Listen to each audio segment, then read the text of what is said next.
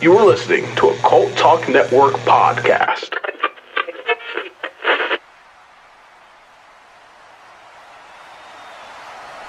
The Imperium.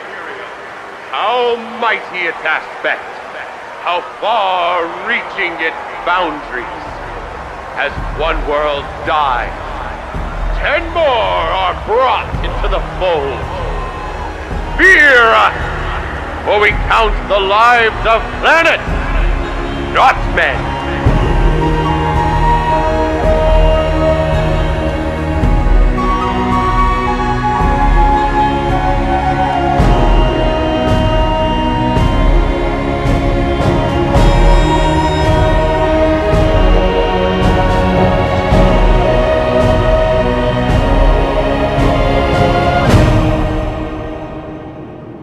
The first Traitor Legion, not the first. The first is the... I was going to do the Sons of Horus as the first ones, but they actually aren't the first ones. We'll go ahead and do the first ones, which was with the Word Bearers. Oh. So it's called the Horus Heresy because the Horus, the Primarch of the Sons of Horus, obviously, he was the War Master, the second in command next to the Emperor, and because he turned, it was named the Horus Heresy. But it actually started with the Word Bearers Legion. They're actually, if there is a central bad guy to the 40K universe, probably the Word Bearers, at least in my opinion. Their Primarch is Logar. Logar. Now, he's the guy with all the words kind of tattooed over himself? Yeah. I mean, so a lot of... I don't know that a lot of them, but more than one word bearer, because they all some of them imitate their Primarchs. Erebus, he looks a lot like Logar. He's got the shaved head with the writing all over him. But obviously Primarchs are like 12 foot tall, whereas Astartes are like 8 foot. Yeah. But yeah, the word bearers always had a religious bend to them, even though the Emperor is completely atheistic. And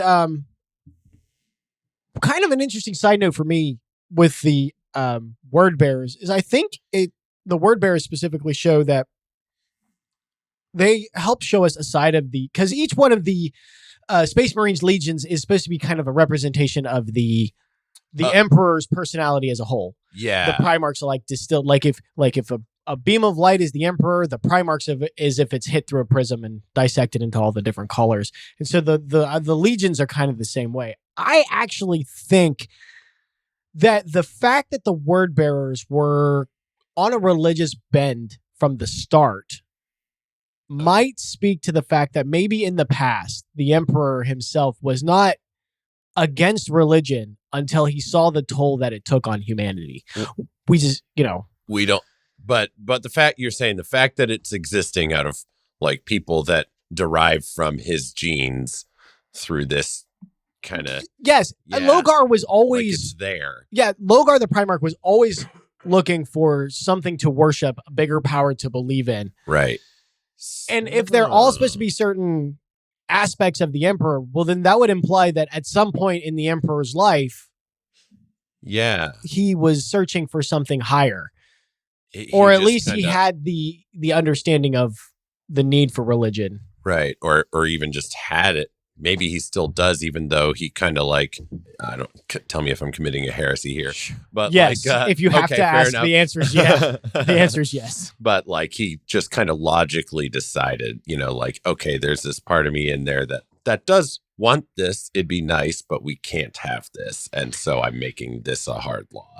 Is that kind of possible? I'm sure. I mean, if you're asking, could the Emperor have thought about it in a specific way? Well, then, yeah. I mean, he could have. Who the fuck knows? Right. But mystery.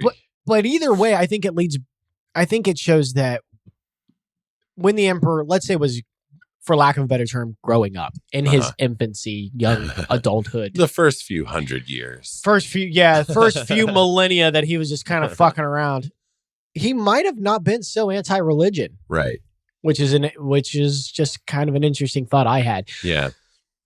Because, and another kind of, in my opinion, another thing that I look at this as kind of proof is when the Emperor found Logar, because remember, all the Primarchs were scattered by chaos, because they were like, the Chaos Gods were like, we do not want the Emperor having these soldiers. Yeah, bad for us. When he found Logar, they had, of course, this big, like, welcome to the Emperor, right? Because Logar, like, the different Primarchs had different reactions to being found. Most of them were happy, some of them not so much.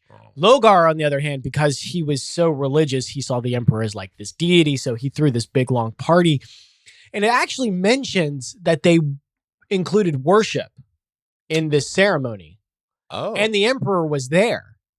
So he didn't like quash it right there. He didn't. And in fact, they say that he was annoyed that the ceremonies took so long. But other than that, he didn't seem to have a problem with it. He was like, all right, okay, people, if you're doing this, then whatever. Right. And I think this speaks to the fact that in this, the Emperor saw an aspect of himself. You know? Right. He's like, this is something you're going to have to grow out of, but like right. It's just something that is a part. I've had it. My son has it. So fine for now. We'll deal with it. That didn't. Dealing with it.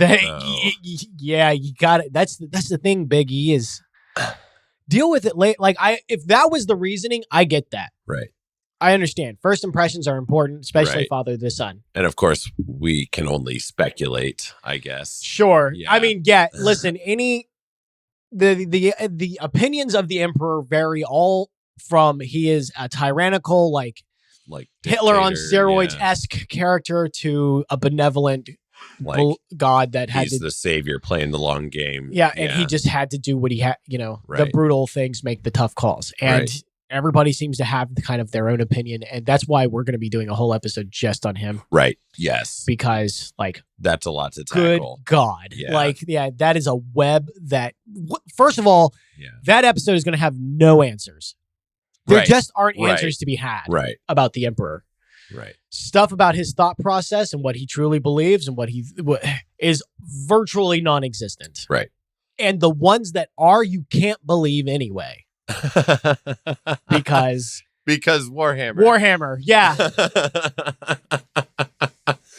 So the word bearers fell to chaos. They were always looking for this, they were always looking for a religious thing to kind of put their faith in. And finally, when the Emperor he decided to deal with it, but instead of dealing with it over time, he decided to make one giant statement and just wipe out a city. Yeah. Big grand gesture. Yeah, it was. And it traumatized the word bearers. Yeah. And I'm sure it was really humiliating too. Oh, it was to the nth degree. Yeah. Like, imagine religious zealots of the highest caliber that you can imagine being told by their God, not like a cloud, not a burning bush, not like some old man coming from the mountain with some tablets.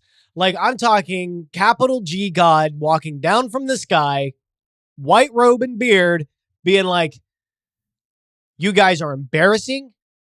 You are not doing what you're here for. And in fact, you're fucking this up so bad that I am wiping out your home planet. It wasn't their home planet, but for the sake of conversation, it's as important as their home planet. Gotcha. We're wiping that out just to prove how bad you fucked this up. Like, and this is the first time you have ever heard any word of displeasure from the god you've been worshiping. There was no warning. Not for the Legion.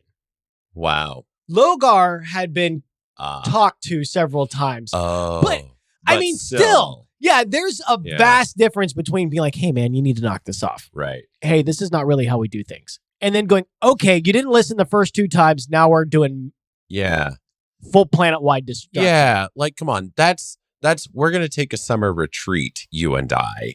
Then if you're not going to listen, I'm going to take you away somewhere quiet, and we're going to sit down until you fucking get it. Right. Yes. You know what I mean? Like, completely. Yeah. But for the Legion, God, this was just like out of nowhere. They were like, hey, look what we did. And he was like, fuck what you did. Yeah. Like, that's right. Look at what you did. Yeah. So this traumatized them.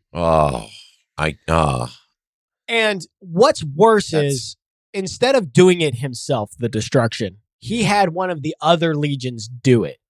which automatically creates a schism between your brothers, right? Because now you've got one Primarch who has completely decimated another Primarch, and you're expecting the Emperor is basically expecting the Ultramarines. It was Guilliman and the Ultramarines who were ordered to do this. The Emperor was basically expecting Guilliman's excuse of "Dad told me to do it" to be satisfactory enough for Logar to not hold this against Guilliman. But that's not now. Well, now it's like your dad's favorite, so fuck you anyway. Right, Like, right. Yeah. And this just led, and we're going to do, this is another episode on the Horus Heresy by itself, because that is my favorite. I'm a Primarch groupie. I can't help it. I think they are the best story, but that is merely my opinion. There's great stuff everywhere. It's a buffet of goodness. It's just my favorite dish. Yes. But so the word bearers just like go on this self-searching, like, Christ, what do we do now? Like, they have absolutely no idea. Like, Logar, their Primarch, sequesters himself off, I think, for like years, at least months. Yeah. Where he's like not talking to anybody. So now this legion has not only been traumatized by their god, but their religious leader and their father is not talking to anybody. He's silent. Oh, so man, small wonder they fell. Yeah, no kidding. And then you combine that with the fact that the two second in commands, whose name are Corferon and Erebus, were inside moles for chaos from the start. Oh, no kidding. Yeah. So they were already infiltrated. They were working for chaos basically the entire time. And for Erebus, it might have been since the time he was born. Like, his backstory is wild. Cool. His name's not even Erebus. He doesn't even look like that. Well, he does, but so he found this guy that everybody liked whose name was Erebus, who had the writing all over him. He killed him. Took his identity and everything. So we have no idea who the fuck this guy really is. Wow. And I don't even think he even remembers anymore. Oh, that's cool. Neat. But okay. But anyway, so that serpent and Corferon are the only two people allowed to talk to Logar. They're the only two he'll talk to while he's in isolation. And they're literally the two chaos guys that have been worming their way in. Yep. And got into his good graces and came in and exploited his time of crisis. Yes. Wow. So Logar falls to chaos. Logar and the Word Bearers fall to chaos, and they decide to kickstart a civil war. And so Logar sends Erebus to become Horus's advisor. Oh, no. This motherfucker. Yeah. The original serpent. The OG serpent. Cool. Wow. So I actually, oh God, I'm gonna get some hate for this. I guarantee you. I actually really like Erebus. Yeah. Nobody likes Erebus. Oh no. But also, just saying, I was Team Shane in The Walking Dead. Shane did nothing wrong. Just coming right out with that one. I listen. You'll find you give me some morally questionable characters, I'll be like, nah, they're probably right. Erebus is not right, but what I like about Erebus is that slimy, just shitbag villain that you hate.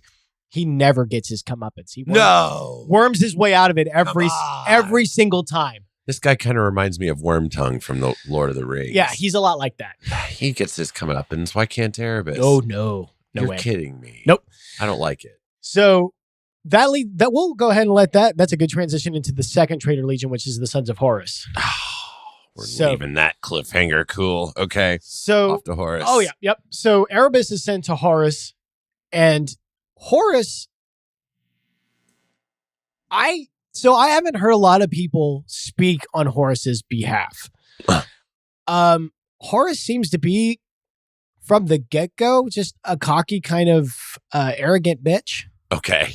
Gotcha. He will. I don't think he ever directly comes out and talks down to any of the other Primarchs, but he most definitely feels like, because he was the very first Primarch found, he spent the most time with the Emperor. I think I'm not far off in assuming that because of that, he felt like he was the oldest of the siblings, even though he might not have been. We don't know what order they were actually created. Right. I kind of imagine that they're all roughly the same age, but I that comes from nothing. I Right. have no Yeah. Who the idea. hell Yeah. knows? It's just, I don't believe it's in the text anywhere. Right. But he has older brother syndrome, basically. Yes, he because- does. yeah. But of course, it's Warhammer, so it's dialed up to an 11. He even has a group called the Marnival, which are like his, I think there's 5 of them. They're like his trusted Space Marine council that he advise him, and it really does kind of, I'm trying to think how to word this. It makes him seem diplomatic Okay. because he is like, well, I must talk to my council of Space Marines who are my sons and see what their opinions are.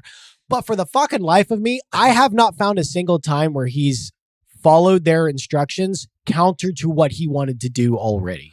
Oh, I see. Not once. He just used it as a buffer. It seems like Yeah. now I haven't done a deep dive on the Sons of Horus. Right. I actually find them kind of boring. Oh. But that's okay. Yeah.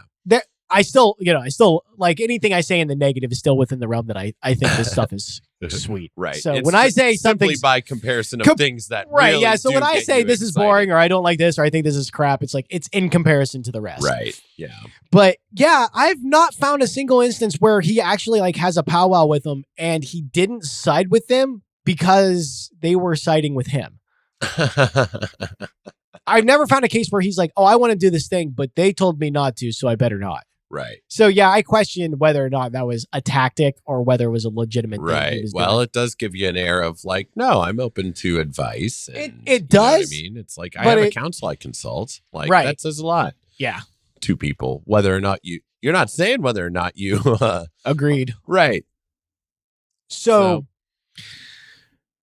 Erebus is whispering to him, and by hook and by crook, Erebus gets Horus to have a confrontation with a demon. And like Knowingly? I said, knowingly. Oh yeah, Erebus set this all up, and it's quite a tale. Erebus is a hustler. No, I mean, did Horus know he was about to? Yeah, yes. Face the demon. Well, so you have to remember at kind of this point, almost nobody knew anything about the denizens of the warp. They didn't even know most of the legions and the Primarchs didn't even know they existed. Huh. And in fact, I think none of them did. The Emperor kept that completely secret. Wow, that's right. Yeah, because he was afraid that would be how you would spread it. Right. Wow. So you have to understand Horus may have had some idea that this was a thing from the warp. No context. He didn't know anything about it. No. Okay. And he just got manipulated into. Well, I'm actually going to tell how I did it because even though we're just kind of broad stroking the Horus Heresy, this is one of the more clever. It's gonna be a less broad stroke here. It is because I think it was a really clever thing they did. So with the time being linear in the warp, this demon takes Horus to and shows him a future in which the Imperium is this oppressive force of religion, and that the Emperor is worshipped as a god, and that Horus was dead, and that that a lot of the Primarchs were dead or gone, and the rest of them were bowing and kneeling before this weight of this god that was crushing mankind under his boot heel. Oh no. And so Horus is like, I can't let this happen. No. Rebellion. What he didn't know is they were showing him the future of what would occur should he rebel. They used the truth. Yes. I love those kind of narratives where it's like you fight it's Darth Vader. Like you tried to prevent the very thing that you end up causing because you were trying to prevent it. Yep. But the difference man. is they flat out showed him. That's amazing. Yeah. Wow. That's cool. It's yeah. So I thought that was a pretty neat it's like it's a lie. It's a omission. Yeah. It's like a Shakespearean tragic hero now.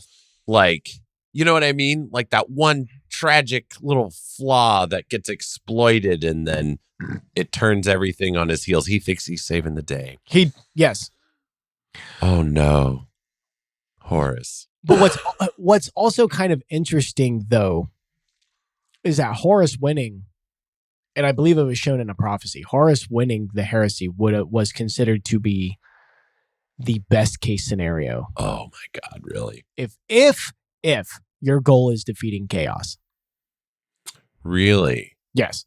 Because at some point, and I don't remember, it's not now, so we'll get to it eventually. Okay. But somebody is shown like what would have happened if Horus won. And basically what happens is, yes, the galaxy goes under the thumb of chaos for a while. But then Horus rebels again.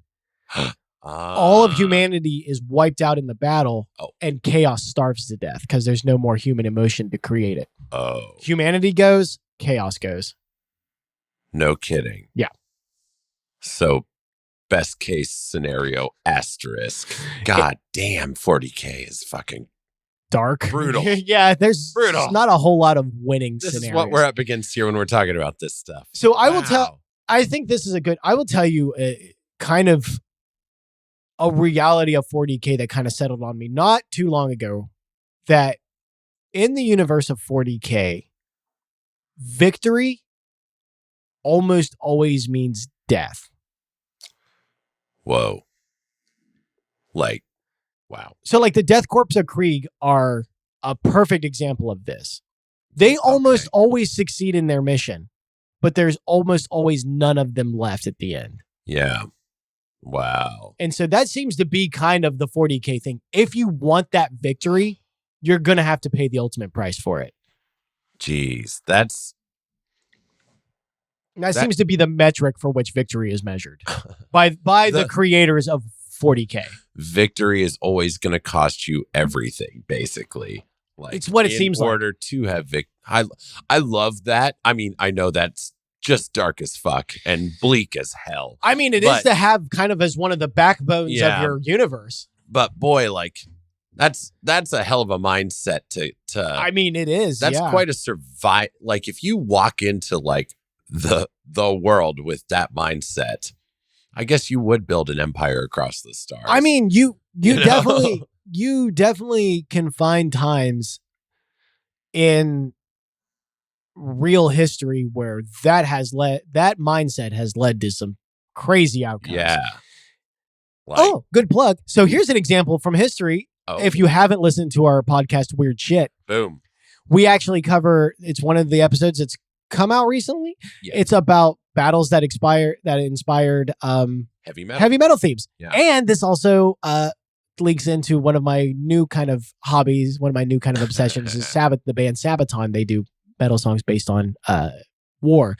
And there's this Attack of the Dead Men, which is about this Russian unit that was gassed and torn down and just looked like zombies. That's why they were called the Dead Men. Yeah. And they just kind of took the idea that, fuck it, we're going to charge this Nazi or not Nazis. It was World War I. It was Germans. They weren't Nazis. That's very important. Yeah. It's very important. But they were so outnumbered by the Germans that they were just like, fuck it. We're going to charge in and like whatever we do, we do. If we die, we die. And they, through that charge, they fucking shocked the Germans to the point where the Germans took off. The Germans retreated. I mean, these guys were like, they had been gassed. They were like coughing up blood. And they were, their skin was sloughing off. They were in bad shape. Yeah. So they were just like, we're going to out and die. Yeah. And they actually took the field. So there is definitely instances in history where that mindset of death for victory can accomplish some great things. Yeah. Also leads to some crazy people though. Yeah. Like, especially when that mindset is accompanied with religion. Yeah. Boof. Yeah. And maybe that's why the Emperor of Man didn't want that. Maybe not. I mean, well, mostly the chaos thing, I think. Because he was kind of right. Like, religion, the religious zealousy, at least, of chaos used it to exploit, kind of get into the cracks, and that's what spread to Horus eventually. Yep. So Horus falls to chaos, and he gets at least half of the other legions, and other Primarchs to follow him. Oh. And this leads to the Horus Heresy, which we'll get to. So we'll just go down to the other legions that fell. The Emperor's Children is next up, and their Primarch is Fulgrim. Some of these I haven't looked into. So my synopsis of these are not going to be quite as in depth, just because, guys, we're learning about this as we go along. I've looked into a lot, but there's still a lot.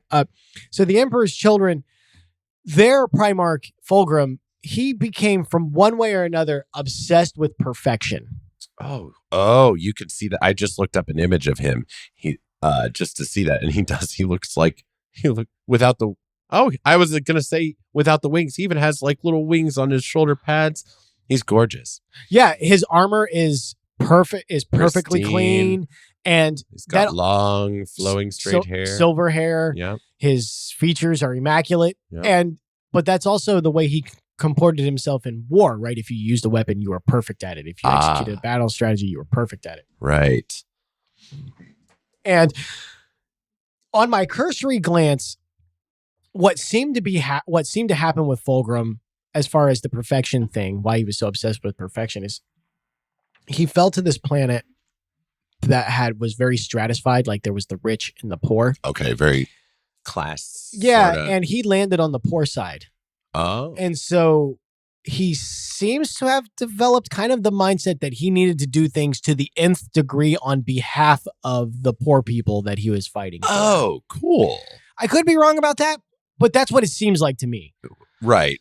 And we'll kind of see. You know what? That'll be interesting to kind of see when we look more into it. When we look more into it, we'll find out. But pretty neat. That's kind of what seemed to happen. Like because I don't get the sense that he was bad, because some of the Primarchs, they don't come off as particularly great from the get-go. Yeah. Fulgrim is not one of these. Yeah. But Fulgrim actually fell to chaos because his desire for... So chaos corruption kind of is, imagine water on a brick wall, right? Like it eats in little crevices and cracks, and the more crevices and cracks it can get into, the more it weathers down. Faster. Okay. So if you have a personality conflict, or you have something in you, an obsession, a hidden secret, whatever, that's a foothold for it, and it can just slowly start worming its way in, breaking it down over time. And that desire for perfection also has to come with the thought process that you are not as good as you could be. Uh-oh. And that's... that seems to be how chaos got into Fulgrim. Right. Wow. But also, what didn't help was Fulgrim came into the possession of a possessed sword that also whittled away his willpower. Ooh. Is that what this is? The Blade of Lair? Laer? Yeah. I pronounce it Lair. I have no idea how it's pronounced. Yeah. But cool. Yeah, I think so. I believe so. Okay. So this led to, in battle, he was fighting another Primarch, his Ferrus Manus of the Iron Hands. Uh-huh. We already talked about them. Iron Hands. Yes, I believe that's it. Iron Fist? No, that's the Imperial Fist. Yeah, Iron Hands. I believe that's it. Either way. They were in battle, and because of that sword whittling away his willpower, the Iron Hands. Cool. Yeah. It led that fight to becoming lethal, and Fulgrim ends up killing him. Oh. Now, what's sad about this is they were real good friends. They actually got into a forging competition to see who could build the better weapon. Oh. With it taking like weeks on end, like no stop. Oh, wow. They were forging for weeks. And Ferrus Manus, who usually wields giant hammers and stuff, he built a sword. He forged a sword, and Fulgrim, who usually uses like a sword and elegant weapons, forged a hammer. Huh. And they both thought the other Primarch won. Oh. And so what they did in celebration of this tie is they exchanged weapons. Cool. Oh, man. That's such a great... Oh, but then Fulgrim ends up killing him in the battle. Yeah. Damn. And I legitimately believe... I legitimately think that Ferrus Manus was not trying to kill Fulgrim at that particular time. Now I haven't looked real deep into it, right? So I'd have to look more, especially because Ferrus Manus is another one of those ones. Because he dies so early on in the heresy, I'm just like, there's not a lot to him, right? So I kind of skipped over him. It's my show, my own bias. It's fine. Yeah. At least we're honest about it. Yep. So they actually fall to Slaanesh, the Emperor's children do. The demon, the chaos god of desire and indulgence and Oh, goody. We'll get into Slanesh, I guess. Oh, yeah. Yeah. So after that, it's Perturbo and the Iron Warriors. Okay. So what's interesting about them is they're a Traitor Legion that's called Chaos Undivided. Which I actually probably should have touched on this beforehand. Okay. So so the Traitor Legions kind of fell in 3 ways. Okay. They either fell to a specific god, Right. they fell to no god, Oh. or they fell to all the gods, which is called Chaos Undivided. Okay. Gotcha. The Sons of Horus fell to Chaos Undivided. They didn't pick a particular god, and within their own legion, you will have Berserkers for Khorne. You'll have Plague Marines for Nurgle. But they're all shit. The Sons of Horus, although by now they're going by the name the Black Legion. Gotcha. But they're because they're Chaos Undivided, it's kind of a hodgepodge of everything. And the same for the Word Bearers. Gotcha. They're also Chaos Undivided. They are also Chaos Undivided. Man, the versatility. And so are the Iron Warriors, I believe. Okay. Now, the Iron Warriors actually are kind of like they would be the one the Traitor Legion that I would hate to fight the most. Really? Yeah, fuck. Their whole thing is they specialize in siege warfare. Okay. Which means if you're behind a wall, they're good at tearing them down. They're coming in. And not just that, but they pride themselves on having virtually like no emotion. They don't they're just cold. They keep it stoic. They're there to rip down your wall and come in and destroy you. They even do things like they help birth demons through humans, which is as terrible as it sounds. Wow. That sounds well, wait, if they're working for chaos, why wouldn't they want emotion? Isn't kind of emotion one of the main feeders of? Yeah, but they serve undivided. They don't care. Like they're just blank servants to feed people to chaos. Okay. And also that's probably one of the reasons why they engage in this activity is because they themselves don't feed into the warp, but providing we'll feed you these guys instead. Yeah. Okay, gotcha. And one of the first videos I ever actually watched on 40K was on this process, and it's called the Demonculaba. Okay. Look it up. Watch the videos on it if you like. It's a violent process. Oh no. It's gruesome. They bloat people up and then take another human and like stuff them inside the person that's bloated up until they become like what the fuck? Yeah, it's a thing. But they engage in this type of behavior that is just like, holy Christ. Horrifying. And they're just cold about it. They don't give a shit. They're just spreading chaos. Yes. But Perturbo is their Primarch. He's a douche. He's one of them ones that just seemed kind of like a dick from the start. I guess you'd have to be to end up at a place like that, where you're doing that.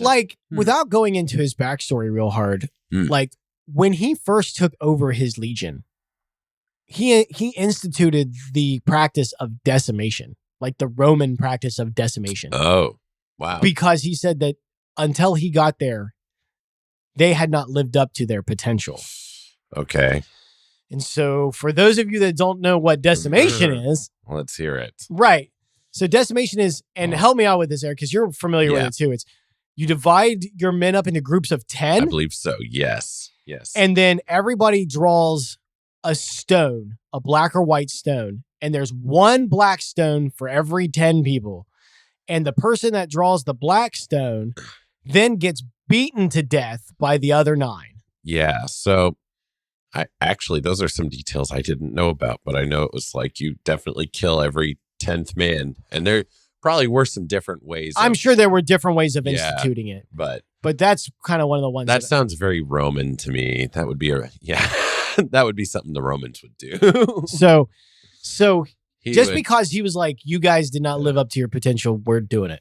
And then they draw lots and they'd have to kill one of their own people. Yep. And Jesus. I mean, so just to kind of put this in perspective, beating a human to death is actually surprisingly and horrifically easy. Yeah.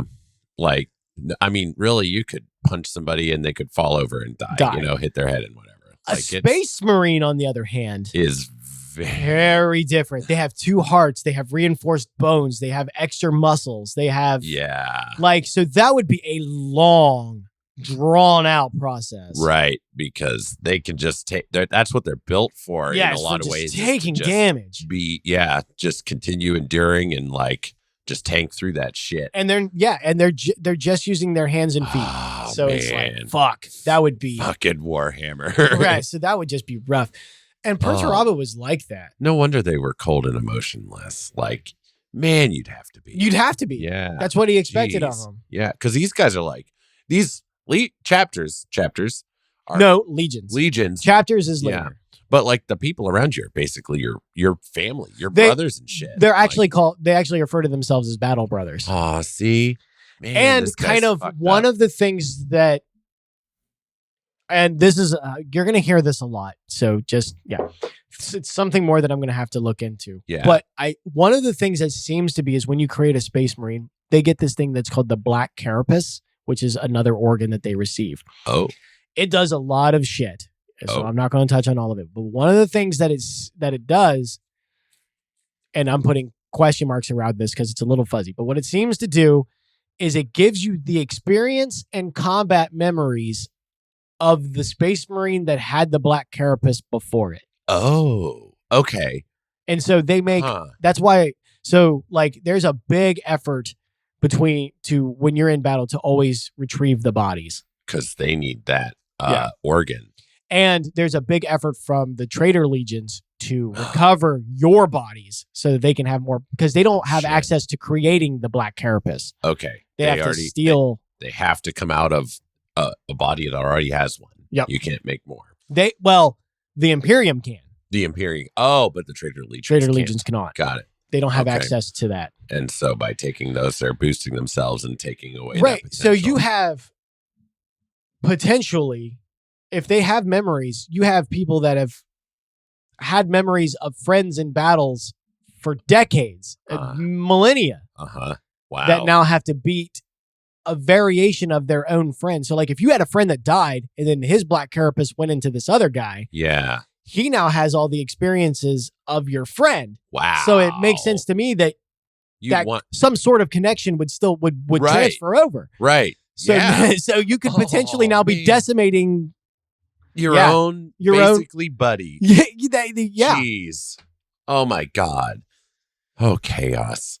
Terrible. Well, so that's just Perturbo. That was before he ever fell to chaos. Oh, he was doing that before he fell to chaos. Yeah, that was the first. Fucked up. That was the very first thing he did when he met his legion. That's right. We're rewinding right back to where they're beating their own friends up anyway. Yeah. So you're doing that to Sorry. Oh, It's just no wonder this guy fell to chaos. I guess that's where I'm at. I was so convinced this guy was fucked up. I was like, he's just chaos, for his existence. No, Damn. no, that was beforehand.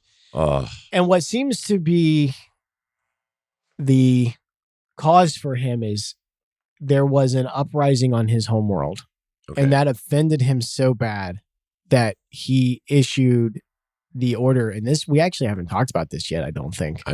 He issued the Order of Exterminatus on his own homeworld. Whoa. And Exterminatus, guys, is exactly what it sounds like. It is the planet-wide destruction of everything on it. Now, there are several ways this can be done, from virus bombs, which is exactly what it sounds like. And probably more horrific than you imagine. It liquefies organic matter is what it does. It's called the Life Eater virus. Yeah. So, and when they name shit like that in Warhammer, take it incredibly literal. Yes. They're very on the nose. Another way they can do it is by lighting the atmosphere on fire with fire bombs. Whoa. So it just novas the planet. Wow. Holy crap. I'm picturing orbital bombardment. Yeah, that's what it is. Wow. They bombard it from orbit to the point where the temperature gets so hot that it sets the oxygen on fire and just novas the whole just novas just novas the planet. Wow. So by hook or by crook. Right. Another way to do it though is boots on the ground. Literally. Whoa. Dropping soldiers in and just They're just systematically wiping out the planet. wow. What the fuck? Just like shooting everybody down and burning shit and vaporizing and them. That's the way that Perturbo issued for that planet. By Boots on the ground. Yep. Soldier. By soldier. Oh, compared to the others, that's like such a long and I think process. And it might state this in the story, and I just haven't gotten to it yet. Right. I don't think he originally meant to do that. Really? I think he dropped in and meant to decimate a city and just lost his shit. And it just keep going. More firepower. Yes. Because it eventually like culminates with him strangling to death like his adopted sister, right? Because the only family they actually have genetically is the Primarchs and the Emperor.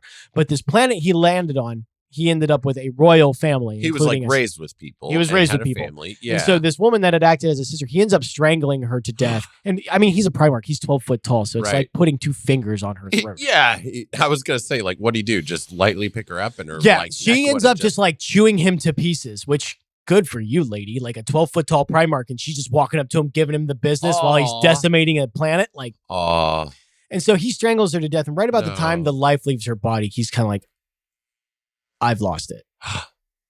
Oh no. And he's just like, he's looking out at everything that's happening. It's too late. No. And he's just like, well, the Emperor will never forgive me for this. And so he sides with Horus just because he's like, that's the only side I can pick. No kidding. And there's a few of them that do that. No kidding. There's more than a few of them that kind of find themselves in the position where they either can't or they don't think they can go back. Wow. So he's one of them. So they're just like, there's no way. Nope. Nope. He's like, I am a monster, and so a monster I shall be. Wow. So that's the Iron Warriors. That's why I said I would not want to fight these guys. They're just depressing on all angles. Yeah. And they're tough. Like, siege warfare is not for a bitch. Right. It's like, that is a soul grinding. Yeah. And that's actually one of the things that led to it is the Iron Warriors really felt like they were underappreciated because they had just this shit version of warfare that nobody else wanted. Yeah. I mean, it's kind of like the vibe is like what we would think of as trench warfare. Yes. Basically. You know a lot of it. Yeah. Sieging walls, that sort of thing. Long waits punctuated by like intense and horrific bouts of action. Really shit conditions. Yeah. Not a lot of glory in that type of battle. Yeah. And now it's Warhammer, so bump that up to an 11. Yep. Yeah. Just crank it up to the worst degree you can expect. Right. So after that, oh God, I love these guys. Not them, but I love their Primarch. So next up is the Nightlords. The Nightlords. Oh. And their Primarch is Conrad Kurz. Yep. I love Conrad. Love Conrad. Conrad is probably my favorite character in Warhammer 40K. I'm going to pull up a picture of him. I love Conrad. Conrad is just about as bad as it gets, though. It's with a Z. Yeah, Conrad. So the Nightlords, we'll start with Conrad. Conrad lands on this absolutely like just shit planet called Nostromo, which is cool. It's actually the name of the ship in Alien. The Nostromo. Was that? I don't know. Ah, cool. Okay. Neat. I would be shocked if it was. Right. Because it's kind of it's a spacey sort of name. It is. It makes sense that it would pop up in there. But this guy, he is brutal looking. He's like So these guys look like they're from Transylvania. Their armor is decorated. It's actually kind of cool. You would expect them to be black, but they're not. They're dark blue. Yeah. And dark blue actually blends into night a lot more. Right. So it has a very like gothic sort of gothic vampire feel to it. There's dark blue. Their colors are dark blue and red. They have skulls all over them. Yeah. Blades. They have like vampire fangs painted on their helmets. Yeah. They have lots of bats. Batwing themed. Yep. A lot of vampire and gothic imagery in it that I think is really Conrad cool. is pale. They're all pale with black hair because of the planet they grew up on or that they're from. Yeah. Nostromo just it was a twilight world. Means like it never got lighter than that. Oh, Almost cool. no sun. The number one cause for population control was suicide. Oh, because Just they how never got their vitamin D. Well, it's just how horrific those conditions were. Yeah. Conrad lands and like he's not raised by people. Oh. He actually spends his time homeless, listening to like the screams and groans of the population that lived there. He learned everything by cannibalism. So like Space Marines have an organ that allows them to absorb the genetic memories of any creature that they taste the DNA of. No. It's actually meant to be like a recon trait. Right. So like if they land on a planet they've never been before, they kill something, they taste its blood, and they're like, okay, that's... They know, yeah, it gives them some information. They just have to like, well, I mean, couldn't they just like inject it with a vial? Take a little bit of blood? Yeah, but the way Conrad did it is he just ate people. He's just like, I'm going to eat you and take your memories. But oh, cool. Most of those were criminals and like the worst of the worst. So he's absorbing kind of humanity through this lens of just the worst suffering and the crime. That so he takes over the planet by killing crime. Oh, okay. One at a time. Himself across the entire planet. This is a good example of like the scope of what Primarchs could do. He's a great example of this because he reigns a whole planet in. He reigns a whole planet in. He doesn't have a name. Ooh. He doesn't know that his name is Conrad Kurz. The people give him the name the Night Haunter. Ooh, and so he's like, that's my name. I am the Night Haunter. Yeah. And so he rules this whole planet. And like, it gets to the point where like, if he hears of somebody jaywalking, he tracks them down and like butchers them, flays them alive, televises it through the entire planet, and then puts what's left of them up on display. Make sure that everyone knows why he's now king. Splatter paint. Yep. Oh no, yes. I'm king and this guy is a stain. Yes. And that's why you don't crime on Nostromo of any sort. Oh. Wow. But I mean the side effects are everybody gets incredibly polite. Suicide drops, the quality of life goes way up. Like, oh my gosh. Like it's a roll through fear, but it does improve the planet. And that basically sets the tone for how the Nightlords wage war. Right. They will shut off all supplies to a planet. They will cut off the ability for it to make power. They actually have bombs that block out light. Whoa. So like they set it into night. You're now in darkness. Right. And they'll do this to a sector, which can be anywhere from like 10 planets to like 500 planets. Like a sector is varying in size. And what they'll do is if they're like, we're taking this sector, they will pick a planet and they will just traumatize the shit out of this planet. They set it in darkness. They pick off the population one by one, torturing the shit out of them and broadcasting it all over that planet and the system it's in. Oh my gosh. And what they were doing is just like, okay, you saw what we did to this planet. You can either join the Imperium or we'll do it to everybody else. Wow. Oh my gosh. It's like the Warhammer version of like when moms would tell their kids like behave or the boogeyman will come. Yes. You know what I mean? It's like, and they would see whole sectors comply just because it'd be like, well, either do this or we will send the Nightlords. Oh my God. Warhammer boogeyman. Yes. Jesus. That's amazing. And horrifying. But allow me to point out that they actually killed vastly less people overall than the other legions did. Oh, it was the fear of death. Yes. They really what they did to that one planet would mean that they didn't have to attack 4 or 5 other planets. Wow. Victory through death again. There it is. Damn it. I hate it. I love it. But what I love about Conrad is Conrad was gifted with the curse of presight. Like he had premonitions. And from the time he was growing up, he saw the Horus Heresy. He saw all of it. Oh no. Another example of seeing the future kind of. Yep. And so, but Conrad thought that this is the way things were going to happen. Like completely inflexibly. Yeah. He did not see it as this is a path you could tread. And so when he saw all these horrible things that he did by becoming a traitor, he's like, well, this is just what I am. What I am and what's going to happen. This is what's going to happen. Yeah. And what this inadvertently did, a lot of people claim or not a lot of people. Like I say a lot of people, but I've seen enough people. For me, a lot of people is like 20 or 30, right? Like my world's small, guys. I don't reach out a lot, okay? So a lot of people kind of have this opinion that gave him the excuse because he's like, well, I'm going to be this thing, and so this thing is just what I am. He's looking I'm at a straight monster. line. He has no choice. Right. He's and so excused he himself gives from in wholly responsibility. to like this butchery and this monster, the Night Haunter. And what's interesting is like Conrad Kurz and the Night Haunter become two distinct personalities in him. Ooh. Okay. Conrad being the Primarch that wants to be part of the Imperium and upholds his father as, and the Night Haunter being the monster and the butcher. Oh, man. There's a lot of tragedy to these characters There that is. I just I love that. Uh-huh. A lot of them are sad. It is. Like I'm like, look at me. I'm like, oh, this sadness is so great, but it's juice, people. It's juice. It's I what love the makes juice. it's what allows you to empathize You with love the it bad too. guys. Yeah. Now there's Yeah. one though. We'll get to him. I have no empathy for you, motherfucker. None whatsoever. You're a right baby back bitch. Uh-oh. Actually, we'll go ahead and launch into that. Okay. And again, we're leaving a lot of this vague because we want to do episodes That will dive into all this. And Yeah. even if I know these details, like I want to save them for other.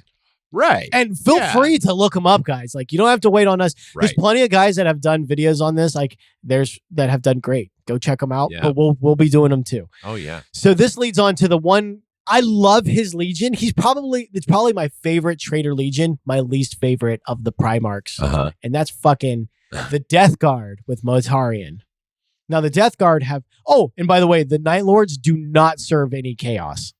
Okay. They do None not. at all. They actually despise demons. Well, then what are they doing siding with chaos people? Because eventually Conrad, they went psychotic and just started butchering planets for the sake of it. And then they were just like, well, yeah, we've gone too far. we're bad guys now. So Yep. let's be bad guys. So let's be bad Oh, guys. man. Wow. And again, it's incredibly simplified. Yes. There's a scene with Conrad and the Emperor that yeah. just broke my heart, and Teaser. it's so tough for me to save it for later. But I know. but we need You to keep it. I You, know. you hold it back. It's my favorite moment in all of Warhammer. But damn it. Yep. Okay, so We'll cover Motarian and the Death Guard. Yeah, he's got to rein me in I sometimes. do. I'll Every now fall and into again. it. I'll fall into it. So the Death Guard fell to Nurgle, which means that their whole thing is like plague no. and pestilence and disease and They're gross. rot. They are disgusting. And their Primarch's name is Motarian. Now, what they kind of specialized in was endurance. They were like the long haul fighters. Okay.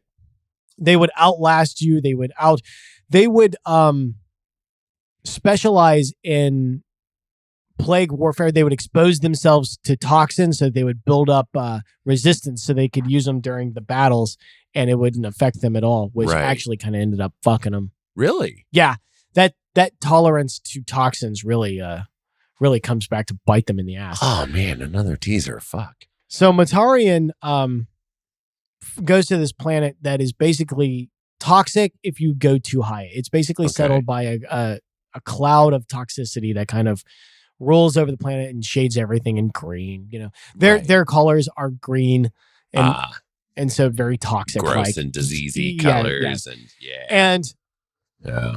this planet is ruled by a group of mutants. I can't remember what they're called.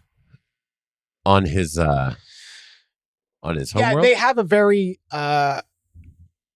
kind of blank or kind of a generic name. The Overlords. There they are. That's what they're called, the Overlords. Okay. And they're just this. We don't know anything about them. We don't know if they were humans that were mutated by chaos. We don't know if they were a xenospecies. They were human-esque. Okay. Gotcha. And they could live up in the Human-esque. toxins. And what they would do is come down, and they were giant. They were mutant, savage monsters. And what they would do is come down and just torture the human population that lived below. They were kind of like their serfs. They would do whatever they wanted, use them for labor, for food, for fun. Oh, dear. And so Motarian, because he was a Primarch, they were like, holy shit, this guy's not a regular human. The head of the king of the Overlords basically took Motarian and basically made him his son, but more like a pet. Oh, Gotcha. And Mortarion was sent down on a raid to the humans, and he realized that he looked more like the humans than he did the Overlords. And Right. so he leads a rebellion. Oh, cool. Well, good on him. Sort of. So when Mortarion gets to the Imperium, he has a gigantic ass chip on his shoulder. Okay. Like, he sees like all these other Primarchs, and he's like, well, nobody has had it tougher than me. Right. Because of my, yeah. And I'm like, and my thing is again, I'm biased because Conrad is my favorite, but Conrad's upbringing literally broke his brain. Right. Yeah. Like, he's insane. Yeah. He was a street And urchin turned boogeyman. like, all the other Primarchs know this. They're like, fucker talks to himself. He's nuts. He's really broken. What are you complaining about? He's like Golem, but a warrior. Right. Like, yeah, broken. Oh, that's right. Yeah, he does kind of have those two personalities existing at once that are fighting each other. Yeah. And so everybody knows he's like nuts. I'm like, he literally broke his psyche. And you're sitting there complaining that you had to ingest some clouds. Right. And he always carried this forever. Like, this was he like never part let of, it go. no, he was just always grumpy about it. Oh, he's one of those guys that Yeah, just like, he's- okay, this bad thing did happen. It's Warhammer, whatever, bad things. Yeah, so I'll but equate like, it like you that. didn't have it as bad as some you did. Yeah. And he used and he that. knows it. Yes. Yeah, and he knows it. And what's kind of funny about Mortarion is he's such a hypocrite. He is everything that he claims he hates. But aren't we all at the end of the day? No. No, you don't have to be that. So Yeah. like, that is a choice. I mean, that's kind of the thing is like, it's Chaos's fault that he ended up on the planet he did, period. But he ends up, does he join Chaos? Yeah, he does. Oh, right. Because Nurgle now. Yeah, that's right. Yeah, This but is a lot for Eric to keep up with, of course. But right. But what you have to understand is where some of the Primarchs didn't choose their Chaos who they served. the Chaos chose them. Yes. I see.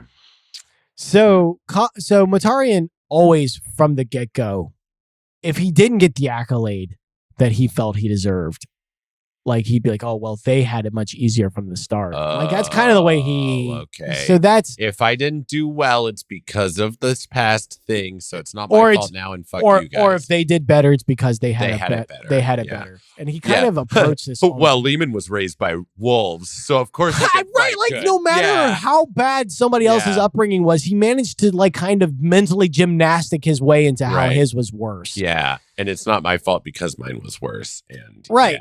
Got and it. so, oh man, and so he always had kind of this divide in him anyway, and so that made going traitor a lot easier. Yeah, but what happened to them was they had once again they had somebody who had fallen to chaos in the Legion already, right? And there's a way this kind of transpired through a thing called the Warrior Lodge, but we're not touching it. That's part of the Horus Heresy, but just know that this was a way for the Sons of Horus to worm their way into other legions and corrupt them from the inside with the help of the word bearers. Oh shit. Okay, gotcha. So that's what the Warrior Lodges was. It was like a club that you could join inside your legion, but what it did was it corrupted you. Okay. And this Space Marine by the name of Typhus, who is actually my favorite of the Plague Marines, I think he should be... Never mind. I'm not touching that. Oh, we'll leave that for later. It's an argument I've actually had with people. But he fell to chaos first, and when they found out that shit was going down, they're travel during the Horus Heresy. They're traveling through the warp to try to get to maybe Terra. Okay. They were trying to go somewhere to alert people that shit was going down. Oh, okay, right. Yeah. When Typhus, who is a psyker. Okay. So he can actually navigate warp space. Oh, cool. Okay. A powerful psyker can. Right. But it's not as... You have to learn how to do it. Yeah. And you have to so be he strong kills their enough to do it. navigator. Oh, shit. And is like, well, but he does it sneakily. And he's like, well, now we have to get to Terra. I will lead us through the warp. Oh, no. Okay. And he leads them right into Nurgle. Oh, and Nurgle's like has the Death Guard on this ship in his realm, which means he's king. Yeah. Whoa. And king by like reality warping levels. Like you are stuck. Like Nurgle takes a guy, Not at this moment, but just as an example of what it means to be in the clutches of one of these fuckers. Okay. On a planet that is not in the warp. So removed from their kingdom. Right. Nurgle focuses on a guy during a battle, and he grabs this guy metaphorically, freezes him in time, and decays him down to the point where he has like decayed for months. But he allows this guy to keep his consciousness. So he's experiencing all of it. Awake and decaying. Yes. And then Nurgle rewinds time back to him being back in perfect state and does it again. Oh. And rewinds it and does it again and just does it over and over and over, keeping this guy alive through all of it. And this is happening moments at a time, right? Like yeah. He's just quickly shifting. Yes, this is happening over the courses of like minutes. Oh, and he's just going in and out, and he can't move. Can't do anything. But he's just awake. So that's the amount. That's the amount of reality warping they can have outside of the warp. And now they're have stuck set foot inside his right realm. there in his garden. So when I say that he has like the nth degree of control, that's exactly what I mean. Jeez. They are in the presence of God at that point. Right. And he's like, holy crap, you guys are almost immune to disease. Whoa. Huh. So he just starts inflicting everything on the Death Guard that he can. Oh. And he's just like, they're surviving it all. And he's like, I will stop this if you join me. Oh, man. And they're like, yeah, this is terrible. Yeah. And so Matarian agrees. Wow. Because they were just being tortured. Yeah. They were just being diseased to the point of submission. Oh, and you know, it was some nasty, because like what we were talking about earlier, you know, beating to death a space marine, like imagine the kind of diseases that would like fucking put them in that state. But what's interesting about the Death Guard is hypocrisy seems to be the name of the game. So Matarian didn't like weakness, but yet he was a weak sniveling bitch, always whining about his background. Matarian did not like psychers, but there's a lot of evidence that he was a psycher. Oh. There's times where it's like he was in a room, but nobody noticed him.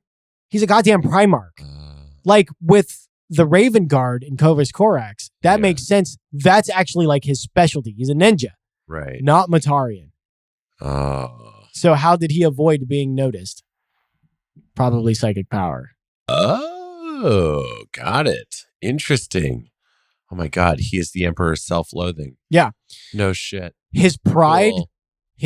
was endurance.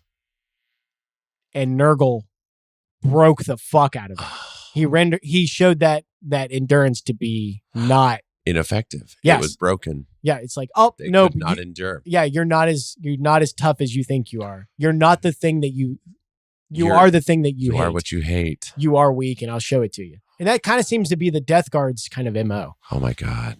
Is like the thing that they hated most is what they became. Is what they more tragedy. Oh my God. I know, but I have no sympathy. No wonder I have no sympathy for Matarian though. No wonder you love these guys. There's the kind of depth that goes into these motherfuckers. Right. You don't have this once they all vanish. Yeah.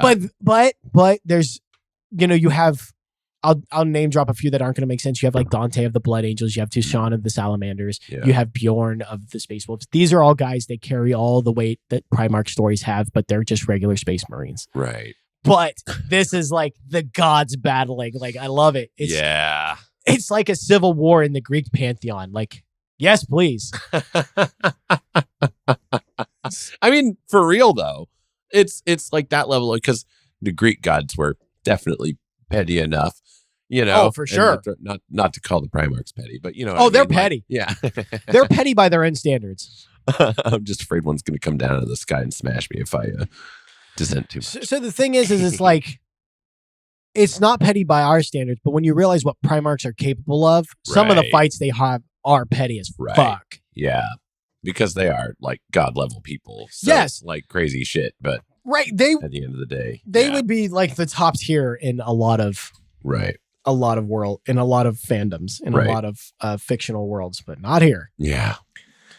So that's the Death Guard, and eventually, Matarian is actually one of the ones that's still around. No kidding. Yeah. Oh. He became a demon prince, and a lot of these guys that fell to chaos, they became demon princes. So they're Right. no longer Primarchs Per se. Yeah. Yeah, exactly. Right. They're more like There's something else they're now. Primarch that are demon-esque. Yeah. And so we'll go into the Thousand Sons after that. Ooh. Now, the Thousand Sons, they were a group that was almost entirely Psyker Okay. from the jump. And that's because Wow. their Primarch, Magnus the Red, Magnus the Red. was meant to be, he is the embodiment of the Emperor's psychic power. That's his. Gotcha. Okay. So he's the psychic guy. He's the psychic Primarch. Yep. You need If his Psyker, special, I should say. Yeah. all the Primarchs are Psychers. They Okay. all have, But to some degree, for him, but it's that is his thing. Yeah. Yeah, he is the second most powerful Psyker right next to the Emperor himself, and I believe that if he hadn't fallen to chaos and he would developed his powers, he might have actually ended up succeeding in just sheer raw psychic power. Wow. The Emperor himself. Wow. We'll never know, but that's just kind of my own. Right. I think. Yeah. So Magnus and the Thousand Sons. They're the Legion that I feel the most sorry for. They got a raw deal Oh yeah. from there. So most of the Traitor Legions got a raw deal from where they landed and kind of their upbringing, the way things happened. The Thousand Sons got a raw deal from the Emperor himself. Oh yeah. Yeah, they were all Psykers, naturally. Right. So when there was a problem, and I'd have to look at what exactly was the leading event that sparked the need for what was called the Council of Nicaea. Okay. But there was an event that led to the Emperor holding a court with the Primarchs. And we don't know who all was there. We know some. Mhm. We don't know who all was there or who all the arguments were. But what it was a giant court hearing on whether or not Psykers should be allowed to practice their power for Space Marines. Right. And the reason why that's into question is you have to remember all psychic powers come from the warp.